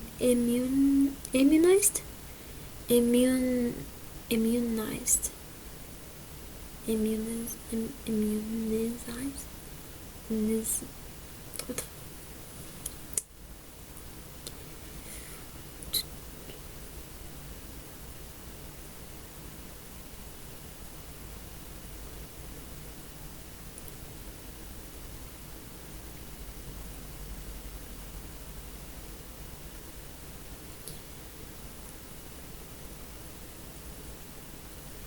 This strategy allows us to exploit a property of networks even if we cannot see the whole structure.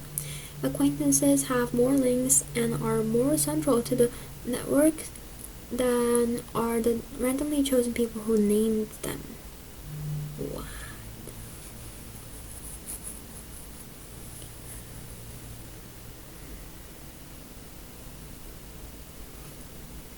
To prevent measles epidemics, for example, 95% of the population must be immunized.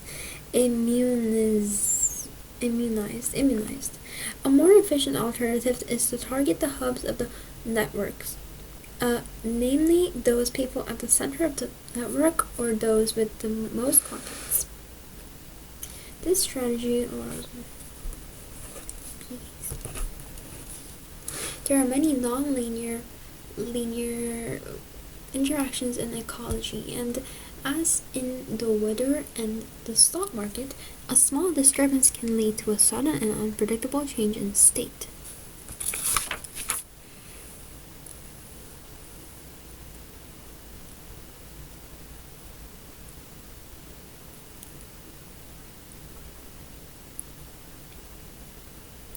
Such unforeseeable consequences emphasize that many of the connections among species within a community are far from simple. In the intricate world beneath the soil, as a case in point, organisms differ wildly from place to place, but somehow generate roughly the same mix of nutrients. Each of those habitats is filled with a chance group of ecologically equivalent creatures, each of which arrived by accident.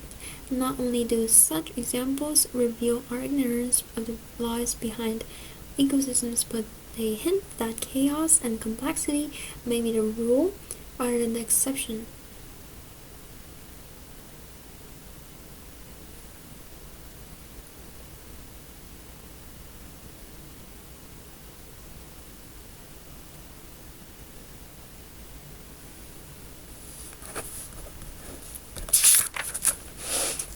A woman from New Mexico found the face of Jesus in her toast one morning, and thousands of believers journeyed to see the light. A spacecraft photographed a rock formation that looked like a human face, and the face on Mars instantly made headlines. What about you? Have you ever seen faces in anything? Of course. The human brain seeks patterns. In fact, if it finds no familiar patterns, it simply invents some. It is especially able to do so when the image is unclear. 25 years after uncovering the face on Mars from an unclear picture, the Mars Global Surveyor sent us clear images of the rock formations. The human face had dissolved into a pile of ordinary rocks.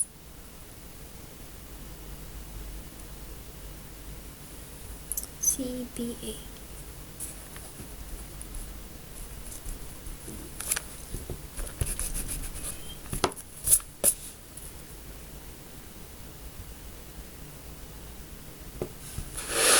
Anthropologist Brian Hare has done experiments with dogs where he puts a piece of food under one of two cups placed several feet apart.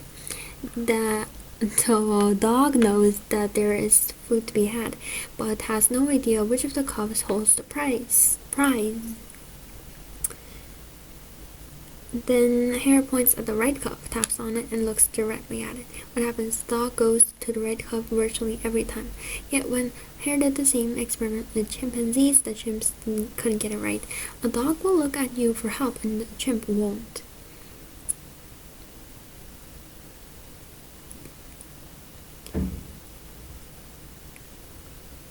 In contrast, dogs pay attention to humans when humans are doing something very human.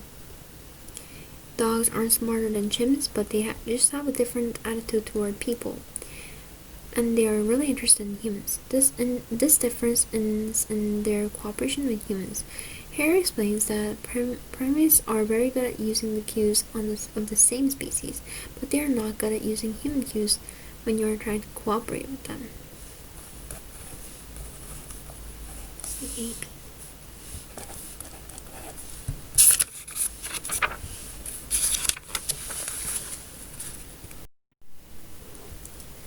As striking as the Greeks' freedom and individuality is their sense of curiosity about the world, Aristotle thought that curiosity was the uniquely defining property of human beings. St. Luke said of the Athenians of a later era, they spend their time in nothing else but to tell or to hear some new thing. The Greeks, far more than their contemporaries, speculated about the nature of the world they found themselves in and created models of it. Slaves played an important role in Greek society, and their status was dependent on how much labor they contributed to the society. They constructed these models by categorizing objects and events and generating rules about them that were sufficiently precise for systematic description and explanation. This characterized their advances in the fields of physics, astronomy, geometry, rational philosophy, and natural history. As striking as the Greeks' freedom and individuality and their sense of curiosity about the world, Aristotle thought that curiosity was the uniquely defining property of human beings. St. Luke said of the Athenians of a later era, they spend their time in nothing else but to tell or hear some new thing. The Greeks, far more than their contemporaries, speculated about the nature of the world they found themselves in and created models of it. Slaves played an important role in Greek society, and their status was dependent on how much labor they contributed to society.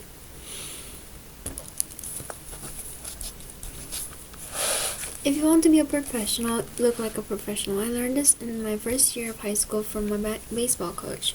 On our very first day of practice, we were all eager to begin hitting and throwing the baseball. But on that day, we spent the entire time learning the finer points of wearing the baseball uniform. At the time, I thought it was a waste of time, but over the years, our dress set the tone for who we were, and we took pride in our appearance. Material of the uniform is yet another important deciding factor to help you to purchase the right milk. Since the 1980s, zoos have strived to reproduce the natural habitats of their animals, replacing concrete floors and steel bars with grass, rocks, trees, and pools of water. These environments may simulate the wild, but the animals do not have to worry about finding food, shelter, or safety from predators. While this may not seem like such a bad deal at first glance, animals experience numerous complications, and yet most of the complications were settled with no delay in order to ensure the animals' health and safety. Since the 1980s, zoos have strived to reproduce the natural habitats of their animals, replacing concrete floors and steel bars with grass, rocks, trees, and pools of water. These environments may simulate the wild, but the animals do not have to worry about finding food, shelter, or safety from predators. While this may not seem like such a bad deal at first glance, the animals experience numerous complications, and yet most of the complications were settled with no delay in order to ensure the animals' health and safety. The zebras live constantly in fear, smelling the lions, and the nearby great cats exhibit every day and finding themselves unable to escape. There is no possibility of migrating or of storing food for the winter, which must seem to promise equally certain doom to a bird or bear.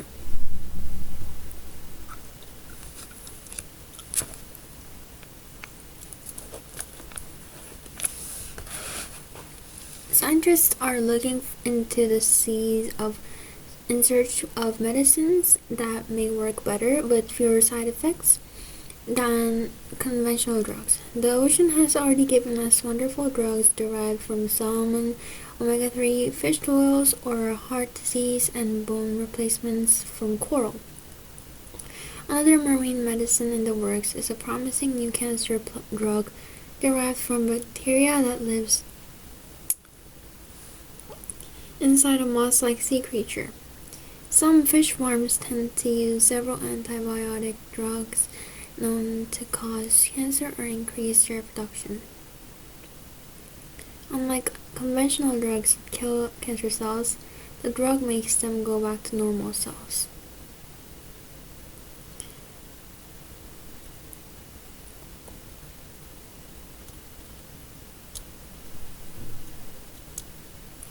And some antibiotics being made from cells in fish may even be effective against antibiotic-resistant bacteria.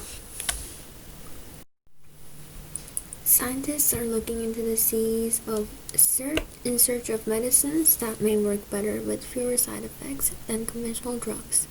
The ocean has already given us wonderful drugs derived from salmon, omega-3 fish oils for heart disease, and bone replacements from coral.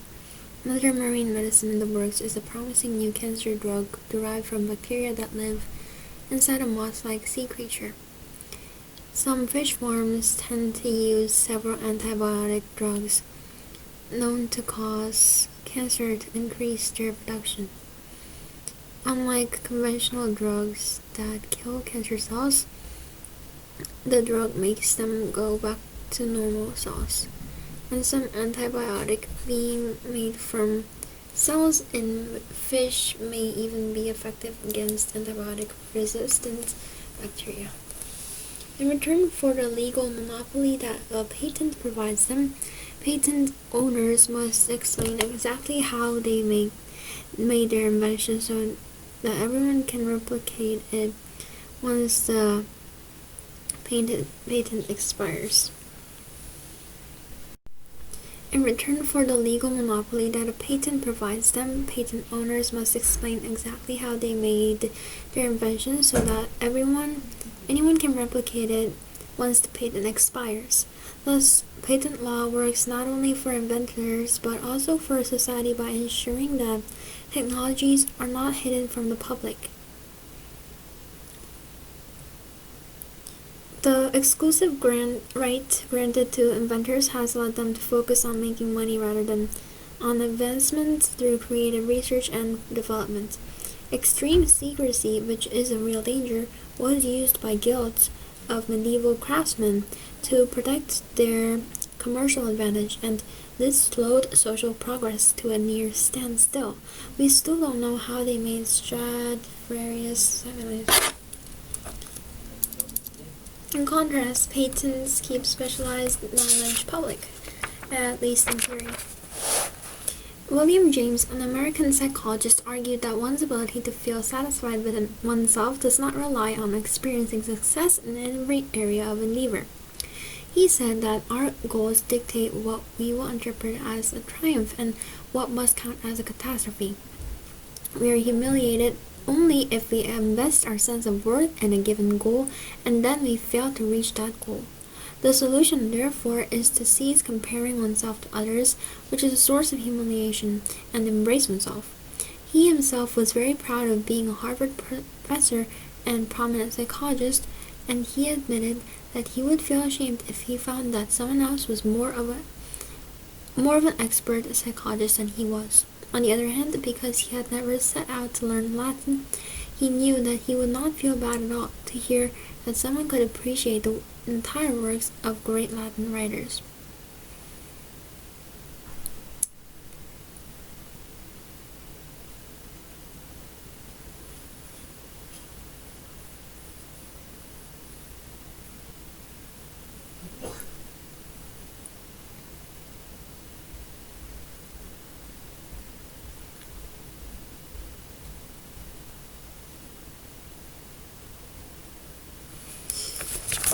Check because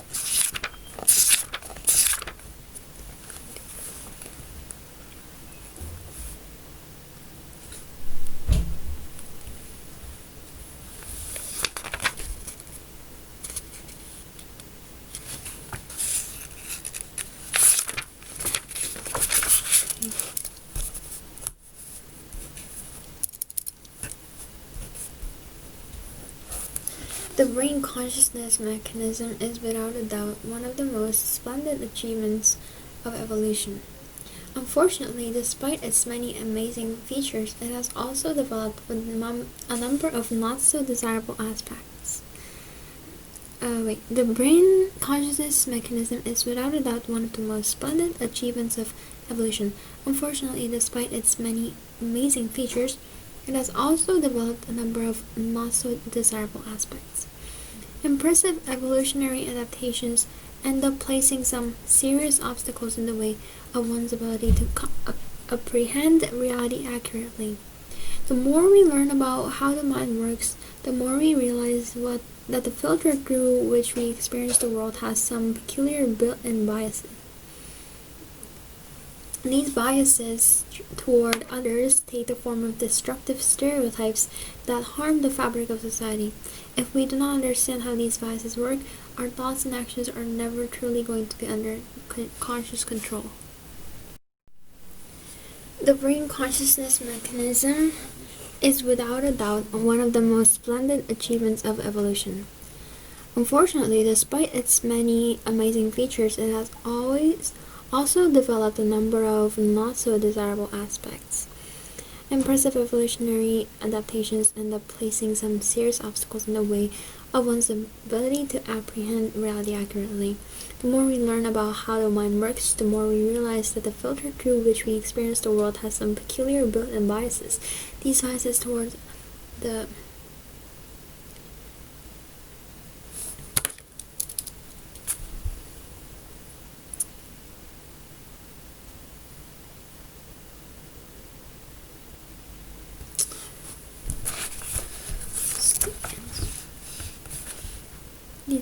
toward the fabric of society.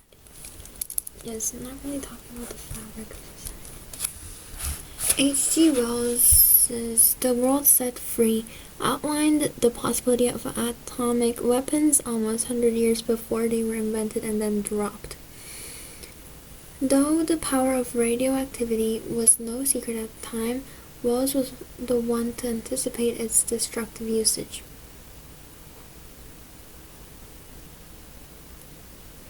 I think writers do have a few special talents to offer as they look sharply into our human future. The World Set Free outlined the possibility of atomic weapons almost 100 years before they were invented and then dropped. Though the power of radioactivity was no secret at the time, Wells was the one to anticipate its destructive usage. I think writers do have a few special talents to offer as they look sharply into our human future, and more importantly, they have a similar role to play to that of scientists. Indeed, scientists and artists are kin, for the process of art itself is a kind of experiment. Their artistic imagination enables them to look beyond the current moment and even beyond the human experience to the wide web of life that contains us. Writers owe it to all of us to communicate this insight carefully, for if they don't, we may lose everything. If they do their jobs well, writers will help us both to appreciate. This is wrong.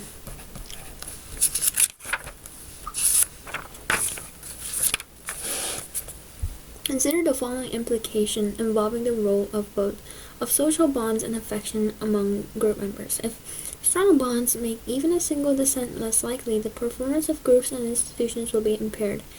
A study of investment clubs showed that the worst performing clubs were built on effective ties and were primarily social, while the best performing clubs limited social connections and focused on making money. Dissent was far more frequent in the high-performing clubs.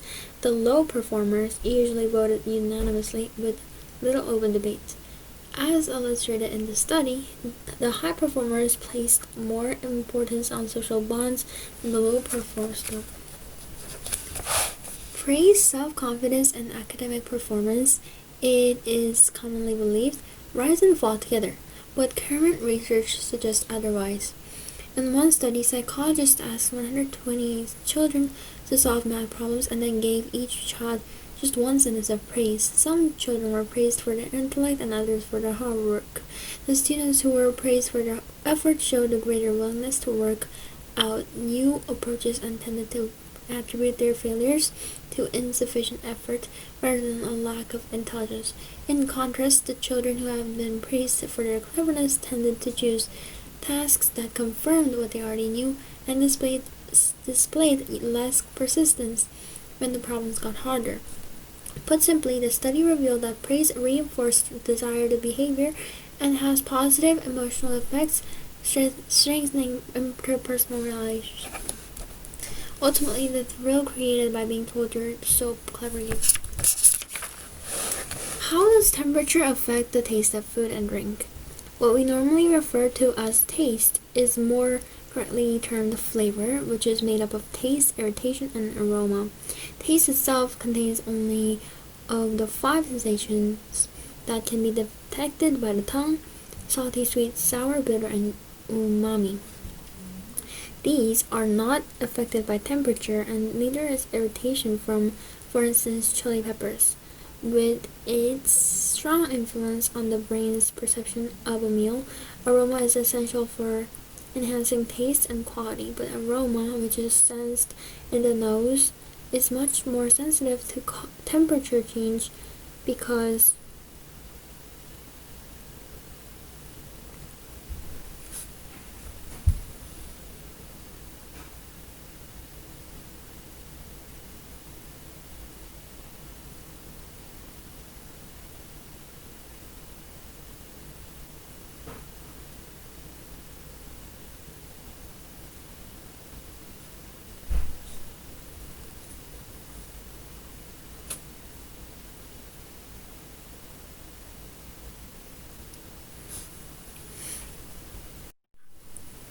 how does temperature affect taste of food and drink? What we normally refer to as taste is more correctly termed flavor, which is made up of taste, irritation, and aroma. Taste itself consists only of the 5 sensations that can be detected by the tongue: salty, sweet, sour, bitter, and umami. These are not affected by temperature, neither is irritation from, for instance, chili peppers. With its strong influence on the brain's perception of a meal, aroma is essential for enhancing taste and quality. But aroma, which is sensed in the nose, is much more sensitive to temperature because it depends on the release of volatile oils. The higher the temperature, the more oils are released, and the stronger the aroma, and thus the total flavor sensation.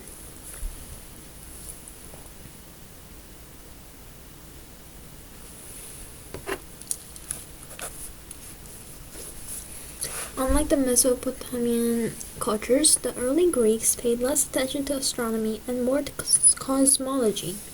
They were interested in studying where the Earth and the other cosmic bodies stand in relation to the universe. Because of this, their astronomical observations were not accurate, creating time recording problems. In fact, during the Greek times, most dates were given in terms of the Olympiads. The 4-year intervals between Olympic Games. The Olympic Games have existed since mythical times, but the definitive time of their origin is still veiled in mystery and legend. If something happened during the 10th Olympiad, it meant the event occurred within a 4-year span. Such notations created headaches for historians who ended up making educated guesses as to the actual dates of Greek events and other significant historical occurrences.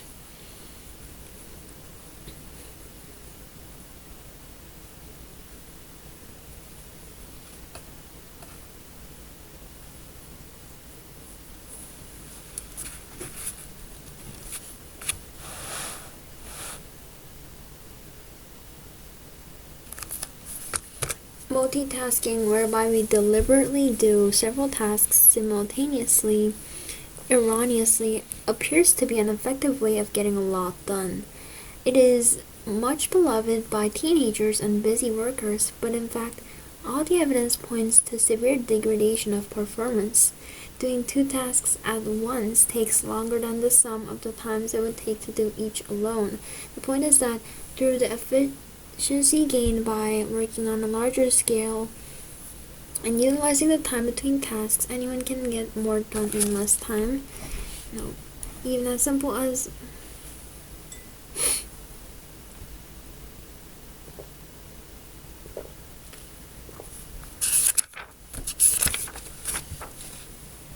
a researcher at a sleep clinic in Boston wondered whether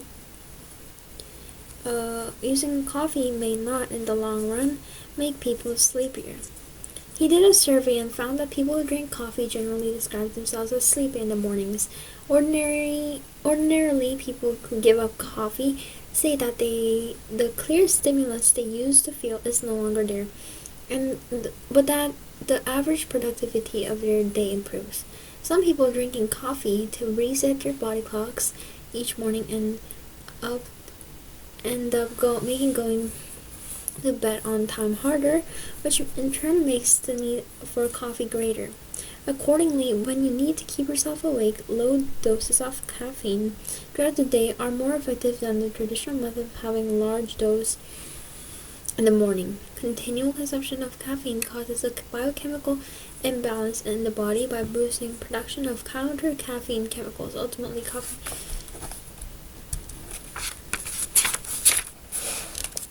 Many political scientists used to assume that people vote selfishly, choosing the candidate that will benefit them the most, but research on public opinion has led to the conclusion that self-interest is a weak indicator of policy preferences. Parents of children in public school are not more supportive of government aid to schools than other citizens. People who lack health insurance are not more likely to support government-issued health insurance than people covered by insurance. Rather, people care about their groups, whether those be racial, regional, religious, or political. In matters of public opinion, citizens seem to be asking themselves not what's in it for me, but rather what's in it for my group. But more than that, when we cast our votes, each one of us must keep a balance between our own self-interest and the public interest. Political opinions function as badges of social membership, much like bumper stickers in support of a favorite university or a plant can be pulled in many directions at once. Sunlight hitting a plant at an angle causes it to bend towards the rays, while the starches within the plant's bending branches tell it to straighten up. These often conflicting signals enable a plant to situate itself in a position that is optimal for its environment. For example, the leaves of mimosa may respond adversely when they are being touched or rapidly cooled by some forms of external stimuli and fold themselves inward.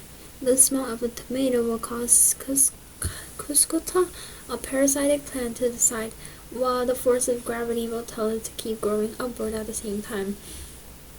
Just like classical physics, the position of any part of a plant can be described as the sum of a force. Stephen Bertman, in Hyperculture, The Human Cost of Speed, contends that America's addiction to speed has transformed its values. More and more information is presented in shorter and shorter statements, which are broadcast on radio or TV. A typical hour of primetime television has as many as 36 commercials.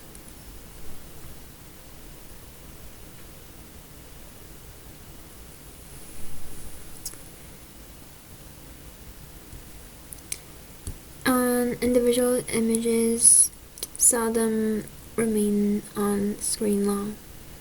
At primetime hours, viewers face the dilemma of whether they should wait for the commercials to end or start flipping the channels. Such short-lived impressions lead people to expect impermanence in all aspects of their lives, even important principles and beliefs. The power of now has caused persistence to be replaced by the temporary, memory by sensation, and intellect by impulse. It's more for us to counter this trend by making a deliberate choice to slow down.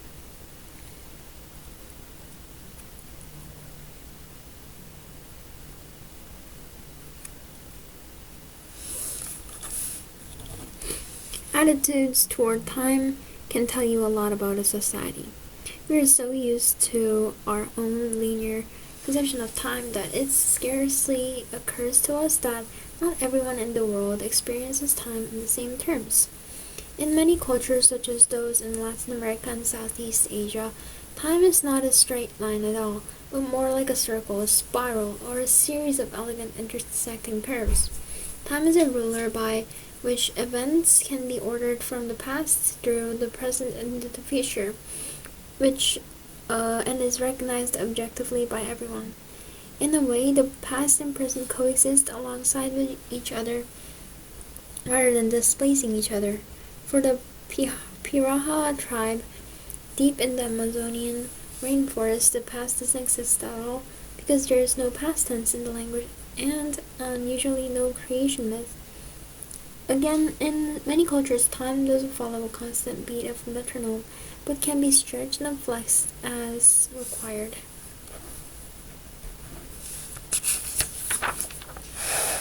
When a dog is tied to a cart and it wants to follow, it follows as well as being pulled. If it doesn't want to follow, it will be compelled in any case.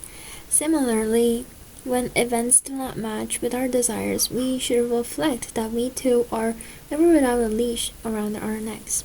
But whatever the comparison between us and the dog, we have a critical advantage: reason.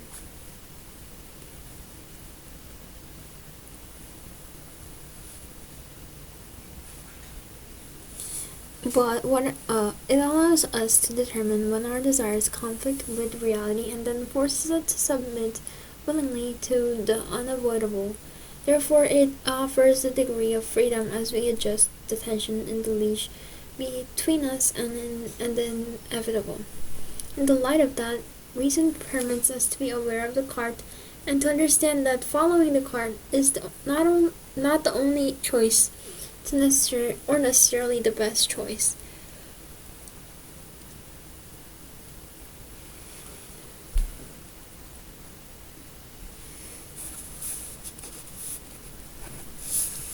Should astronomically oriented ancient structures, such as the Great Pyramid and the Mayan Temple of Chichen Itza, be thought of as monuments to common people's science? In fact, they represent the earliest examples of the domination of nature knowledge by social elites, and as a consequence, the creation of the first scientific elites. First of all, those at the top of the earliest class divided societies, mobilized slaves and other forms of involuntary labor to construct a monumental architecture. And when the work was finished, they used the structure to monopolize astronomical knowledge as a primary component of political power. Thanks to the astronomical structures,